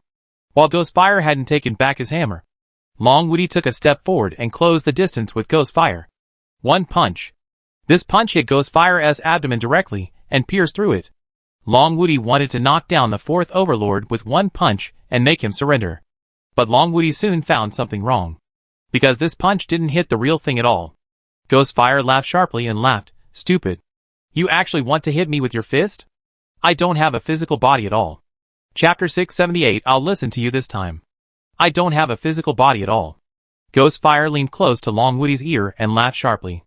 Just as Long Woody was about to speak, he felt a sharp pain in his right arm. He looked down and saw that Ghostfire's body was burning violently. The surging dark green flames continued to erode his body, protecting chi. Big hammer. Ghostfire took advantage of Long Woody's distraction and immediately shouted, swung the giant hammer in his hand, and hit Long Woody's head fiercely. Duong. The crisp sound echoed in the Tiankin. And it was a good start. Long Woody was hit by the hammer and fell to the ground, with stars in his eyes, and walked out of the revolving lantern.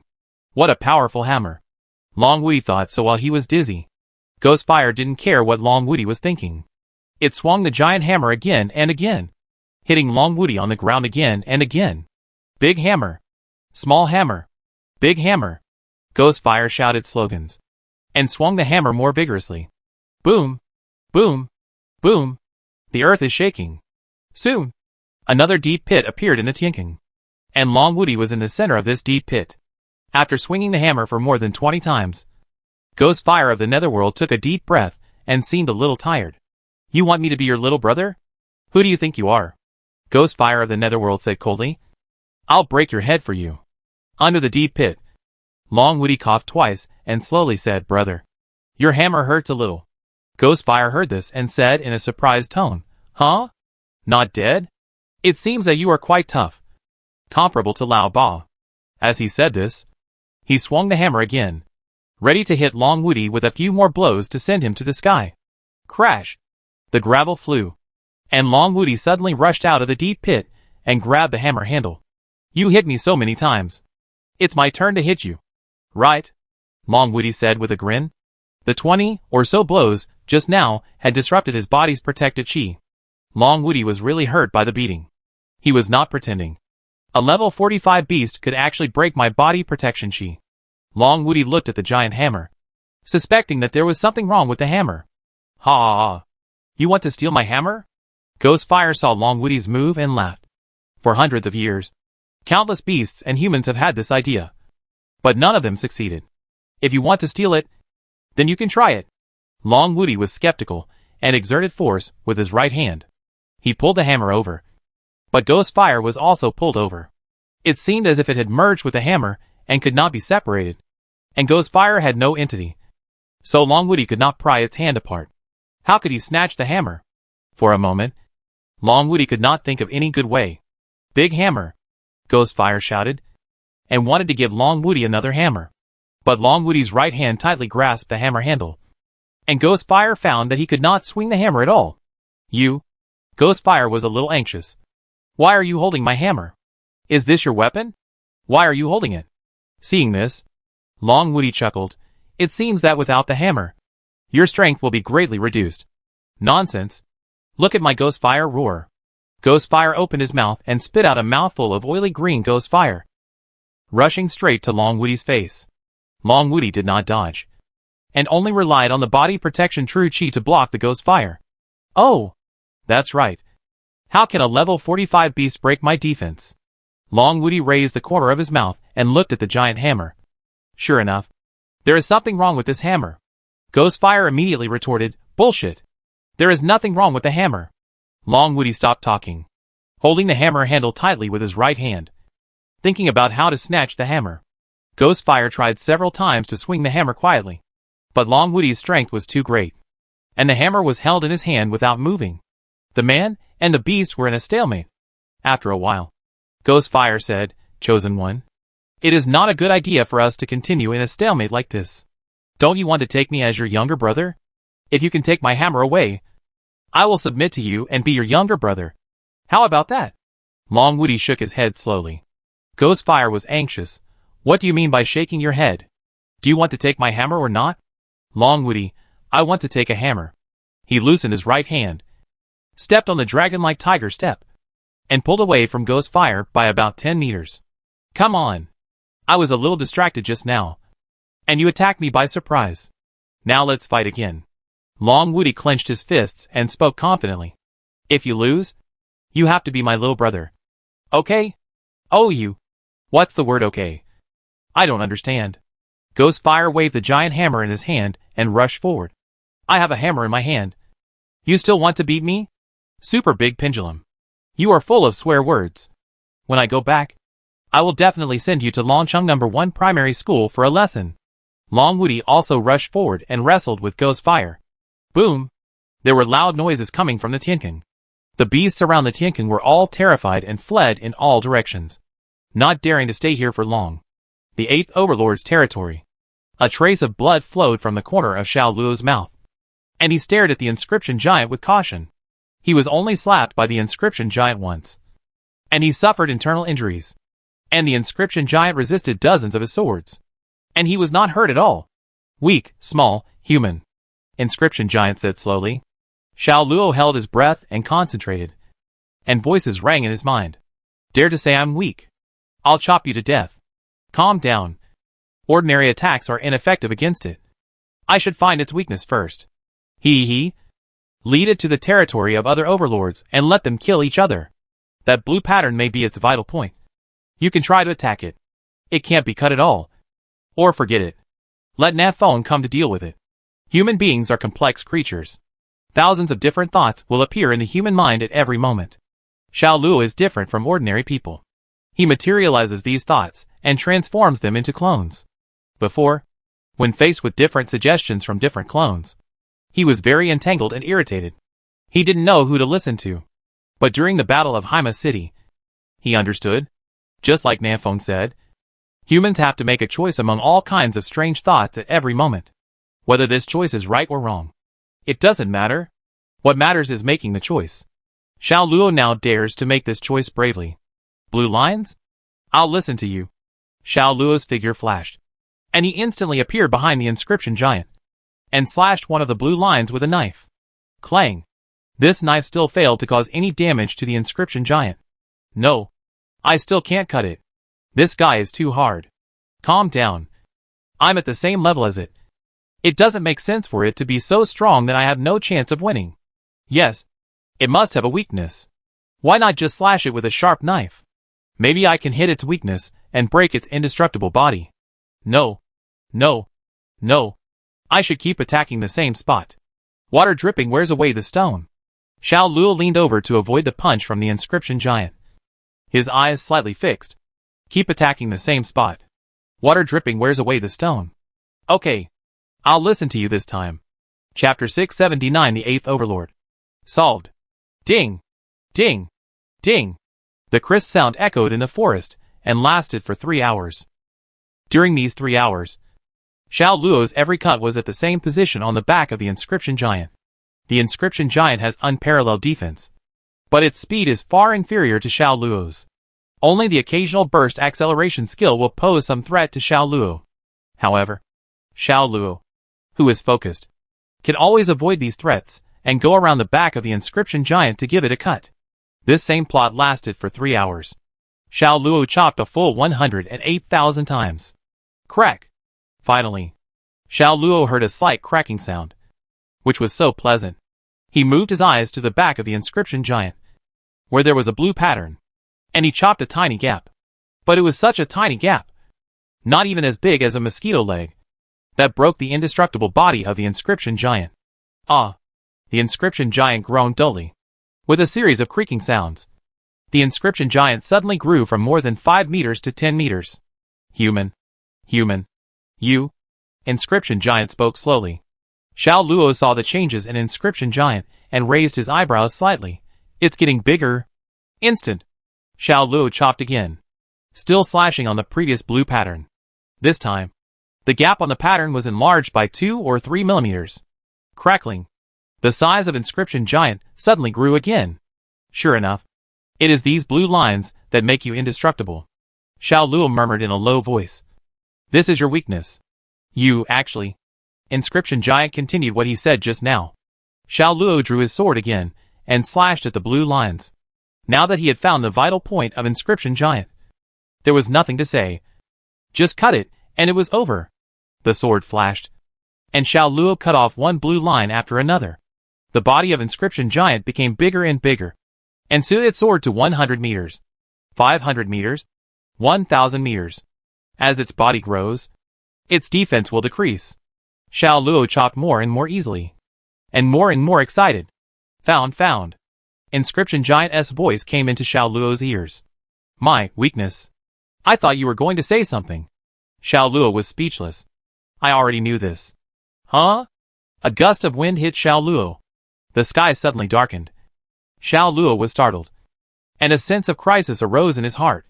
He raised his head slightly, and saw a huge stone palm falling from the sky, slapping him fiercely. This palm was hundreds of meters long and hundreds of meters wide, completely covering Xiao Luo, like the 5 fingers of Tathagata Buddha, as the 8th overlord of the ancient forest. Even without the inscription and the indestructible defense, the Inscription Giant is still an extremely powerful existence. It's too late to fly out. Xiao Luo made a judgment in an instant. This big hand pressed the air tightly, greatly limiting Xiao Luo's speed. It was impossible to fly out, since we can't fly out of the 5-finger mountain. Then, cut off the 5-finger mountain. Xiao Luo became 32 Qing in one breath. 32 Xiao Luos instantly formed a circle. Their expressions were the same. They drew their swords at the same time, and put them away at the same time, synchronized as if they were one. Sword formation. Start.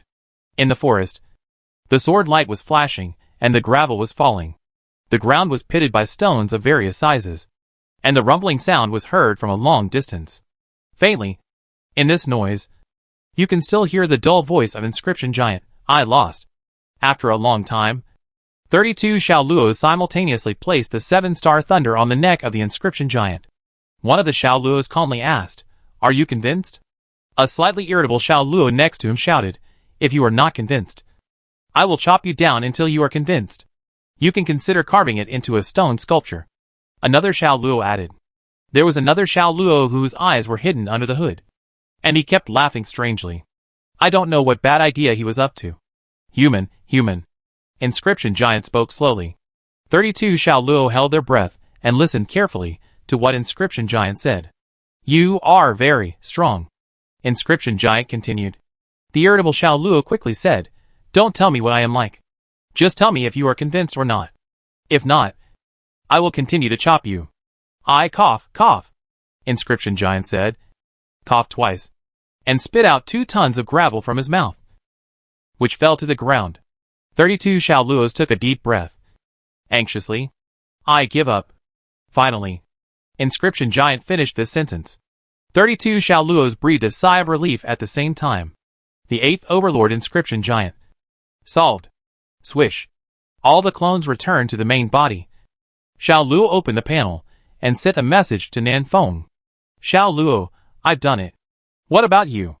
He waited for a long time, but didn't get a reply from Nan Feng. It seems that he is not as fast as me. Xiao Luo's mouth corners slightly raised. At the same time, in the territory of the 5th Overlord Frost Wolf, in just a few hours, this place has become a mess and devastated. Hail was falling from the sky, and frost was everywhere on the ground. Large tracts of trees collapsed, and countless beasts were killed by the aftermath of the battle. Swish, swish, swish, swish, swish, swish. Between heaven and earth, light blue beams of light and milky white ice arrows flew everywhere. Some beasts that were 20 to 30 kilometers away might be hit by the sudden stray bullets and die on the spot. This is the battle between level 45 warriors. When gods fight, mortals suffer. This is what it means. Fortunately, this battle is coming to an end, since Frost Wolf can only shoot arrows. Shoot arrows. Shoot arrows. And Na Fong has laser cannon plus rocket launcher plus Gatling plus bomber plus spray gun plus grenade. With such a strong firepower advantage, Na Fong finally won the battle after fighting hard for several hours. How about it? Do you accept it? Na Fong asked with his hands behind his back. In front of him, Frost Wolf collapsed on the ground, covered in blood, and looked seriously injured. But in fact, he only suffered superficial injuries. But the blood flow was a little more. Na Fong didn't aim at the vital parts at all. After all, the purpose of this battle is to defeat the opponent, not to kill the opponent. No! Frost Wolf's eyes were cold, revealing sharp fangs. The muscles in its legs bulged, and it suddenly exerted force, leaping from the ground and rushing straight towards Na Fong. It is a ferocious beast. Archery is just its hobby. It is its instinct to use its fangs and sharp teeth to hunt prey. At such a close distance, it is sure to bite off Nanfeng's throat before he can react. Humph! Ridiculous. Na Fong is not a fool. He dared to stand so close. Of course he was on guard. Yao Guang. He stretched out his hands hidden behind his back. A dazzling light flashed, and Frost Wolf felt as if there was a sun in front of him. Nothing can be seen. Frost Wolf was shocked. The next second, it felt that its right arm was gone. The strong light disappeared quickly, and Frost Wolf stared at its right arm on the ground in a daze, unable to speak. You can't beat me in long-range combat, and you can't beat me in close combat. Now you should accept it. Right? Na Fong said with a chuckle, holding Demon Dismember. Frost Wolf was silent for a while, shook his head and said, I don't accept it. Why don't you accept it? Na Fong was anxious. No, buddy. I gave you a full 10 seconds. Why don't you accept it? Frost Wolf said, not 10 seconds. Na Fong? Frost Wolf, you didn't count to 0. Chapter 680. I punched it and almost put it out. Look. From 10 to 1. There are 10 numbers in total. Isn't it 10 seconds? If you count to 0, it's 11 seconds. No. You start counting when you count to 10. And when you count to 9, the first second has passed. So you only gave me 9 seconds. No. No. I paused for 1 second after I shouted start, and then counted to 10. So I gave you 10 seconds. Did you pause? I did. Frost Wolf looked at Nanfeng's serious expression, frowned and began to recall. Seeing this, Na Fong quickly added, and I count slowly. It may take me 11 seconds to count from 10 to 1. In short, I gave you at least 10 seconds. Nanfeng's words made Frost Wolf give up recalling. Whether it was 9 seconds or 11 seconds, Na Fong did give it several moves. And whether it is long range or close combat, it is no match for Na Fong. There is no point in struggling for a second or two. It is just inferior in skills, and cannot beat the chosen one in front of it. Well, I give in, Frost Wolf said coldly. What do you want me to do? I want you to do nothing. Na Fong bent down, picked up the right arm of Frost Wolf on the ground, and gave it back to him. After a while, the fog in the center of the forest will dissipate. I hope you can control the beasts in your territory and prevent them from entering the fog to hunt humans. After a brief exchange, Frost Wolf understood what Na Fong meant. I understand. I will try my best to control the beasts in my area. Frost Wolf pressed his right arm back to its original position and licked the wound with his tongue. The magic power surged, and the muscles, blood vessels, and nerves of his right arm that were cut off slowly connected together under the effect of magic power. But there is one thing I want to tell you in advance.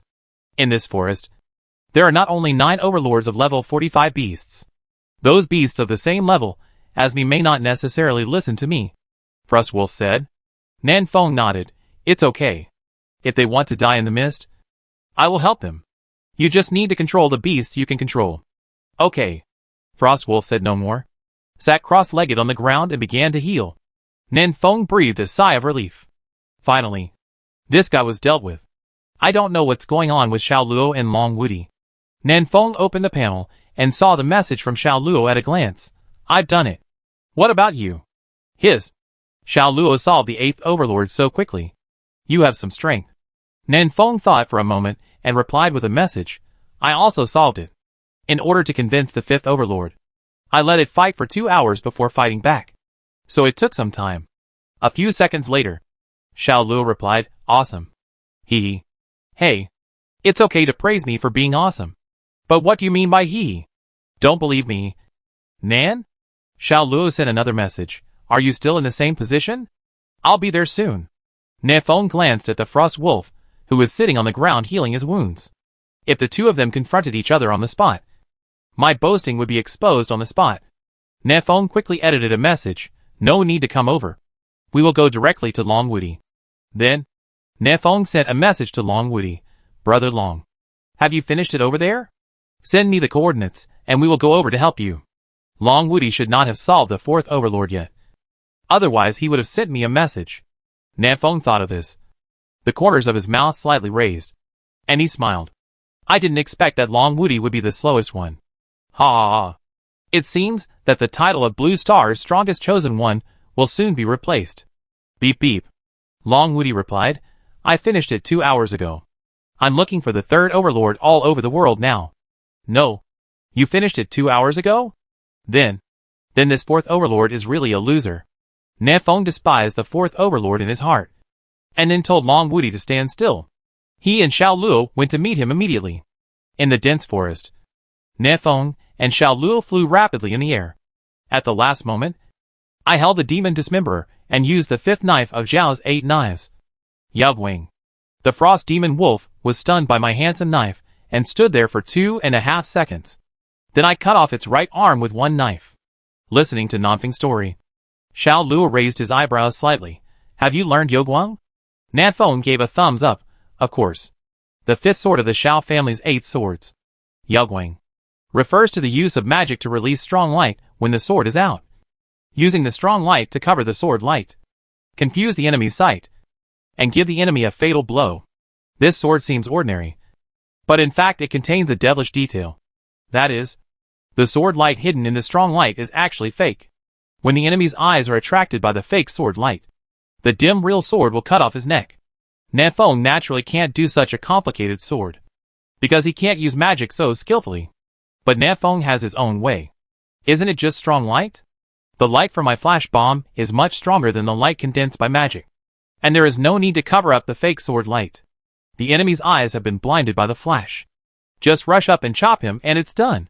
This move is Nanfeng's own Yao Guang. Awesome. Xiao Luo looked at Nefeng, who was full of confidence, and praised. He didn't even learn the simplest Kai Shan, but he learned Yao Guang. It's really amazing.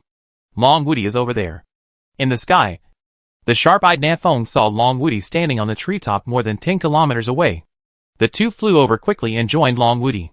Brother Long is amazing. He solved the fourth overlord so quickly. Nefeng landed lightly on the treetop and looked at Long Woody. How is the strength of the fourth overlord?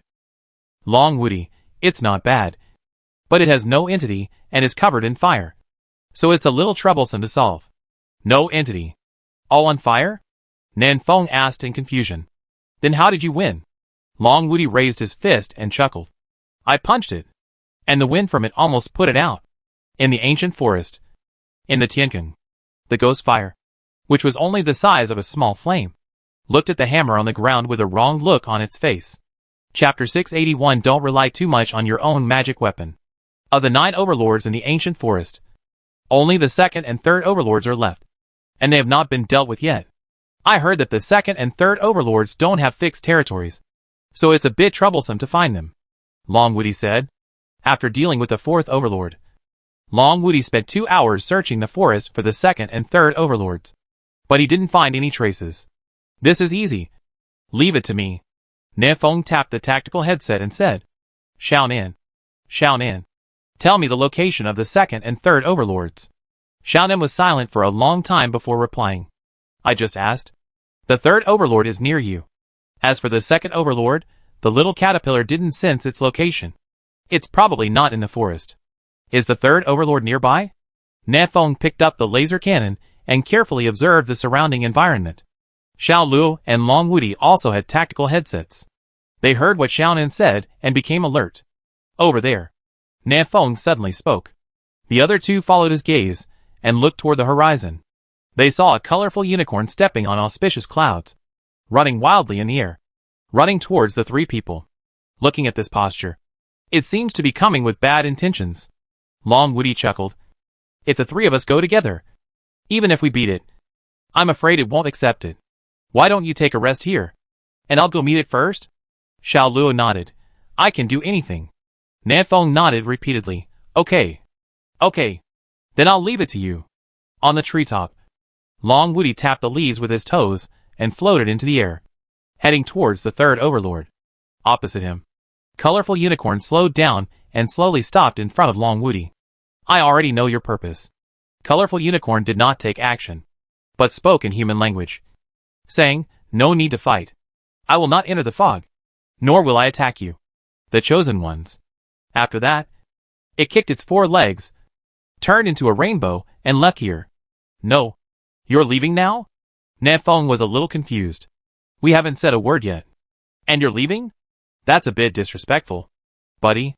Long Woody, who had just flown into the sky, landed lightly on the treetops. It seems that it has no intention of fighting with us. This is good. It saves trouble. Xiao Luo nodded. Then only the second overlord is left. Xiao Nan just said that the first overlord did not sense the location of the second overlord, and it is very likely that it is not in the ancient forest at all. The 3 of them discussed for a while, and decided to ignore the second overlord for the time being. It alone can't cause any trouble.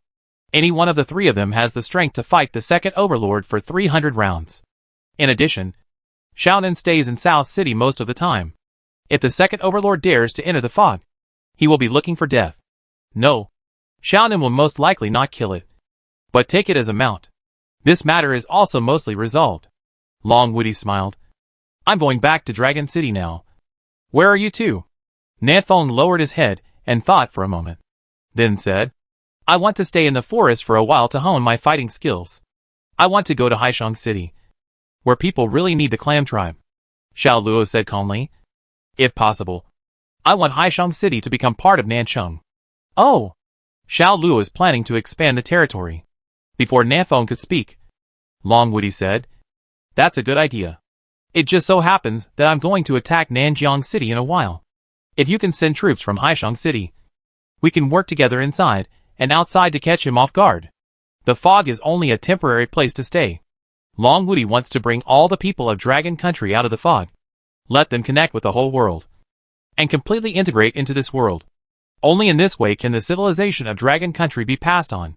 To achieve this step, you first need to gain a foothold in the outside world and have a large enough territory.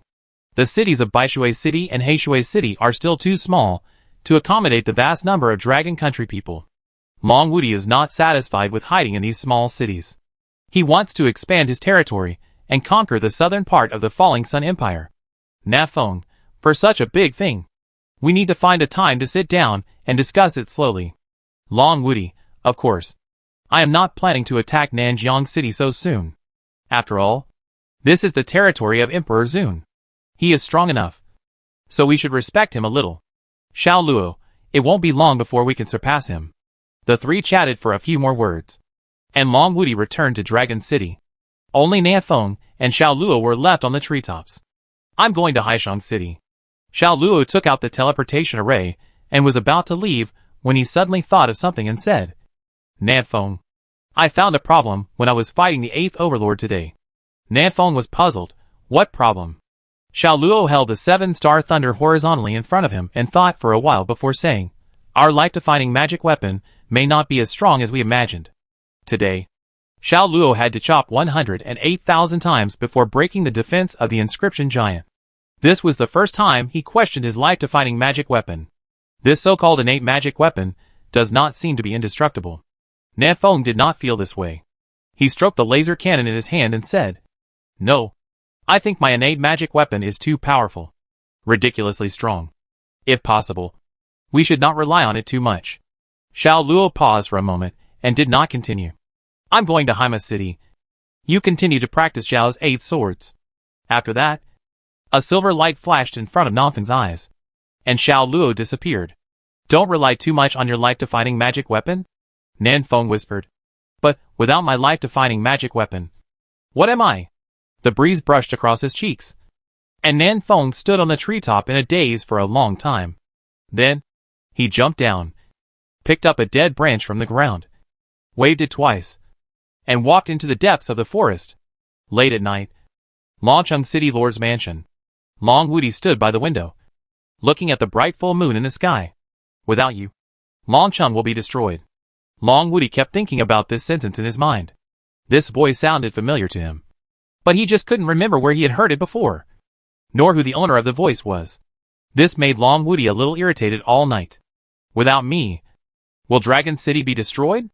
Long Woody murmured, his eyes sweeping across the clean and tidy streets below. What a beautiful city! He watched with his own eyes as this city was built up little by little from nothing. From 0 to 1. From a piece of empty wasteland. If possible, he hoped that Dragon City could exist for 10,000 years. 100,000 years. Or even 1,000,000 years. He wanted Dragon City to last forever. If I die one day, who can protect Dragon City? Long Woody thought. Flying Eagle? Mad Wolf? Black Dog? Long Woody shook his head gently. Each of them is a first-class master. But they can't protect Dragon City. Duh. Duh. Duh. Footsteps sounded behind Long Woody. It's so late. Why are you here alone? Lin Mimi walked slowly to Long Woody, lifted her hair behind her ears, and asked, Are you in a daze? What are you thinking about? Tell me. Long Woody pondered for a moment and said, I was distracted during the battle today. This has never happened before. Mimi, I seem to have a demon in my heart. Chapter 682 Upgraded 5 Animals Exercises. Dragon Calendar Year 1. February 1st. Today, Nafeng did not use his natal magic weapon all day. He just took a dead branch and killed people in the forest. Dragon Calendar Year 1. February 7th. Nafeng has not used his natal magic weapon for a whole week. The dead branches in his hand broke one after another. Fortunately, he gradually adapted to the days without his natal magic weapon. Dragon Calendar Year 1. February 18. Today, Nafeng encountered a level 45 beast Star Tiger King, whose strength is much weaker than the 9 overlords. But Nafeng, who did not have his own divine weapon, was no match for it, and was beaten by Star Tiger King and fled away. On the same day, Long Woody published a new book, Basics of Qi Refining, whose simple and easy-to-understand content set off a wave of cultivation craze among ordinary people. February 23rd.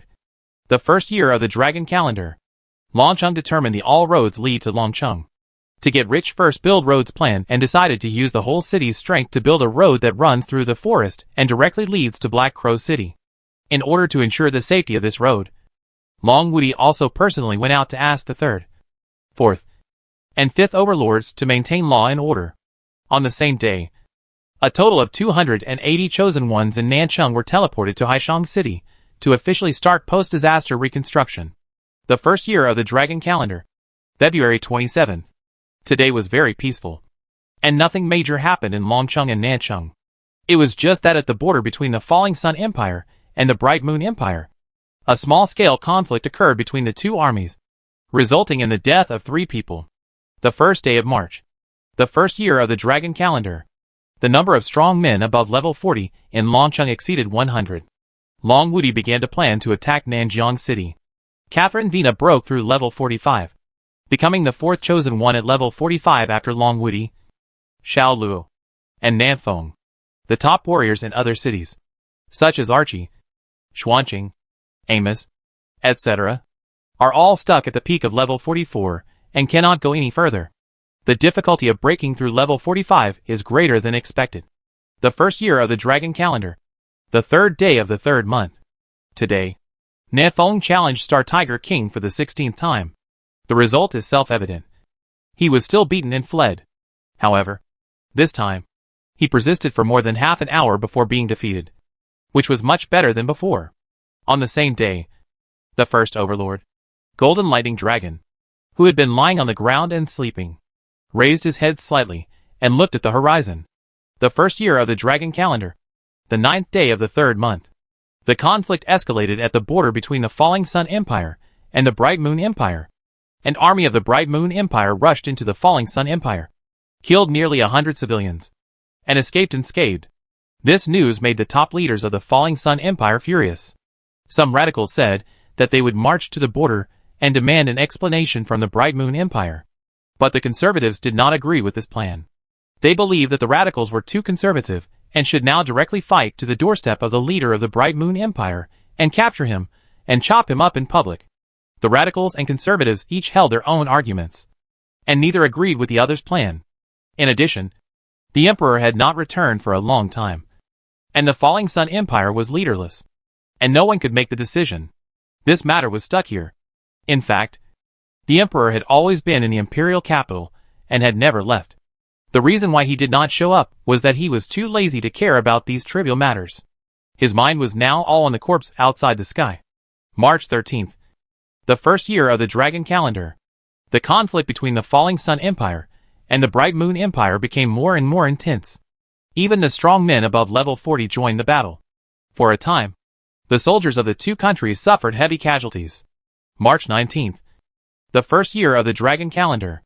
The war at the border between the two countries did not have much impact on the southern part of the Falling Sun Empire. The surrounding area of Nanjiang City was harmonious and peaceful. But some people who were more sensitive to the situation still noticed something wrong. This was the calm before the storm. March 22nd. The first year of the Dragon Calendar. Nanfeng, who had been abused by Star Tiger King 46 times, finally couldn't stand it anymore. He came to the city lord's mansion in Longcheng with a dusty face, and pushed open the door of Long Woody's office. I want to apply to become a Special Forces soldier. Long Woody, who was sitting at his desk, was writing furiously, and it was unknown what he was writing. After hearing the voice, he looked up at the door and asked in confusion, "Who are you?"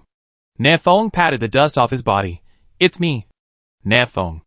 Long Woody put down his pen, stood up and chuckled. "It turns out to be Brother Feng. You were buried alive?" "No. I just..." "Forget it. Stop talking nonsense. Come and teach me a few moves. I have to fight tomorrow."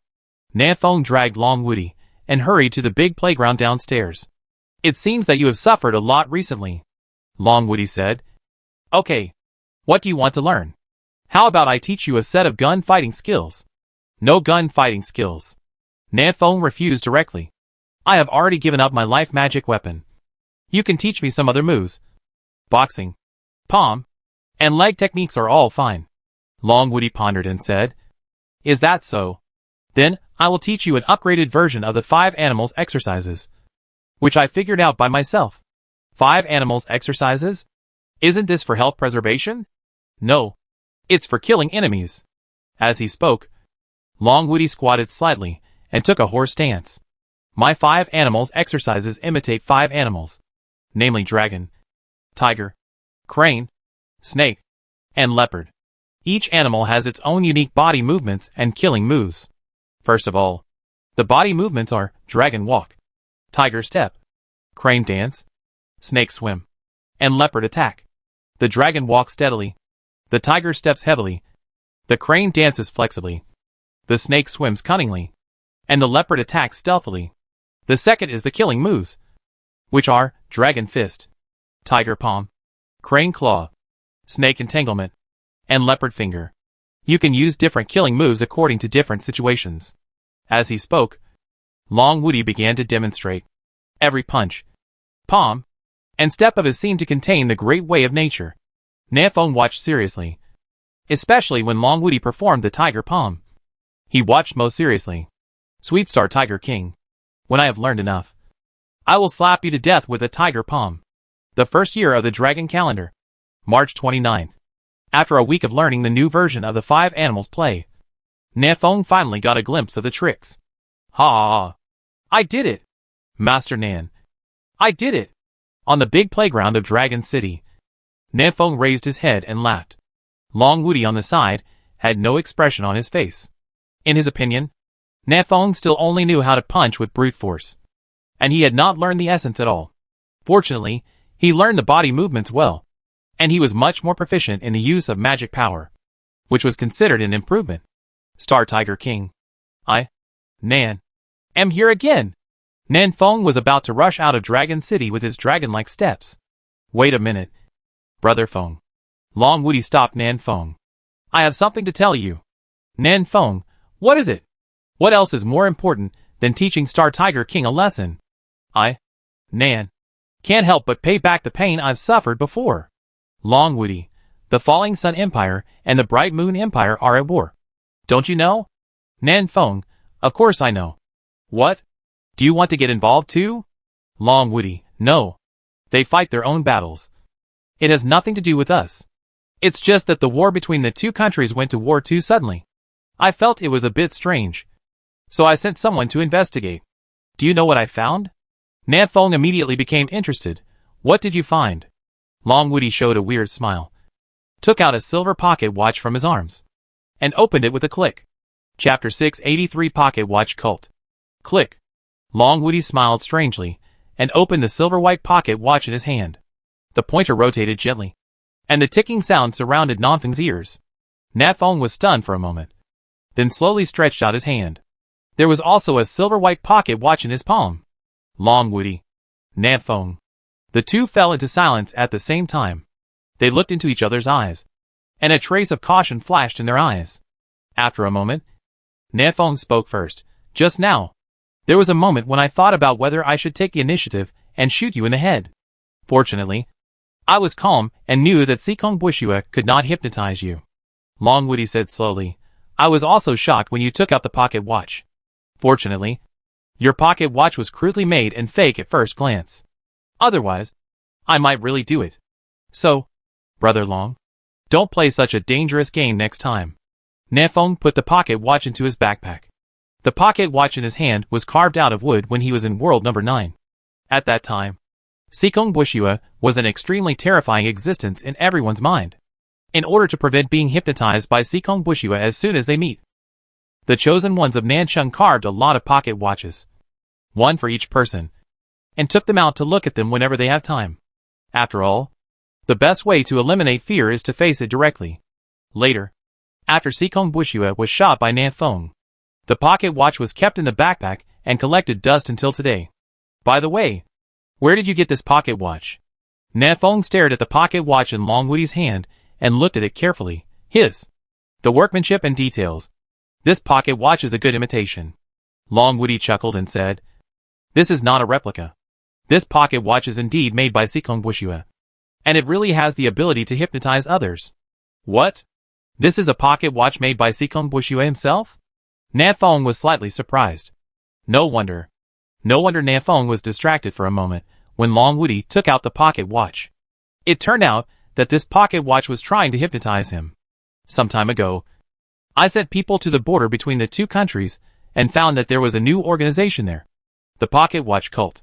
Long Woody put away the pocket watch and said, every believer of the Pocket Watch Cult has a pocket watch. They are very devout to the Pocket Watch Cult and regard the silver white pocket watch as a gift from God, which is more important than their own lives. The believers of the Pocket Watch Cult never hide their identities. They will appear in the streets and alleys openly and give pocket watches to passers-by for free. Many people hold the idea free things are worth it, except the pocket watch, and then inadvertently get hypnotized and become a member of the Pocket Watch Cult. My people have been investigating for a while and found that the followers of the Pocket Watch Cult have been secretly fanning the flames and provoking the confrontation between the two countries. The reason why the Falling Sun Empire and the Bright Moon Empire went to war is closely related to the Pocket Watch Cult.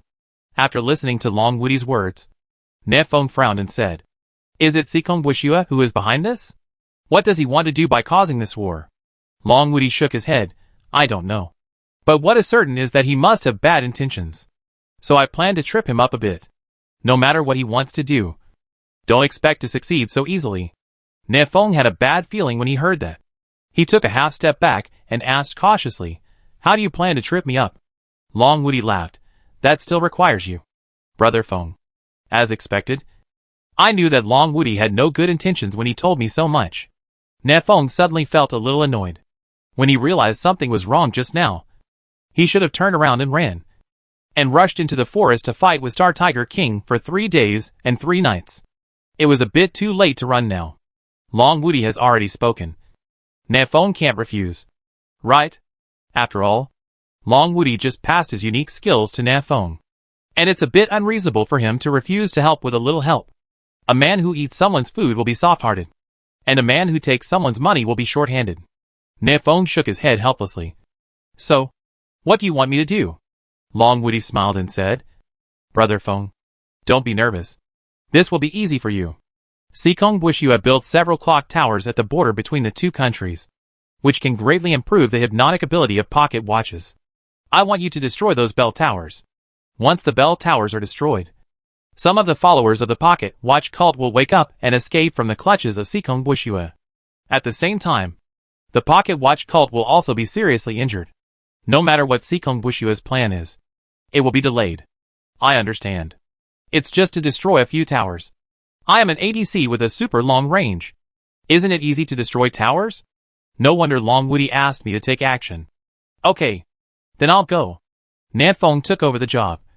If there is a chance, I would like to investigate what Sikong Bushua is doing. Long Woody reminded, then you have to be careful. The closer you are to the clock tower, the more powerful those silver pocket watches are. 2 of our chosen ones in Longcheng were deceived and hypnotized by the pocket watches. Fortunately, it was a mild hypnosis. After they were far away from the clock tower, they woke up. The pocket watch in my hand is what they brought back. Nanfeng nodded solemnly, indicating that he had taken note. After a while, he returned to Nancheng and explained a few things. In fact, there was nothing to explain. Under Su Zern's management, Nancheng developed very well, and did not need Nanfeng to worry about it at all. He mainly told Xiaonan a few words, asking her not to drink milk tea every day, and to pay more attention to the situation around Nancheng. Nanfeng was going to destroy the bell tower. Xiao Luo was rebuilding Haishang City after the disaster, and Long Wudi was going to leave the mist and go to Blackwater City in the next 2 days. They all left, and only Xiaonan was in charge of Nancheng and Longcheng. In the milk tea shop at the entrance of Nancheng Central Primary School, Xiaonan crossed his legs, drank milk tea, and said carelessly, "Don't worry, brother. Aren't you just worried that the second overlord will come in?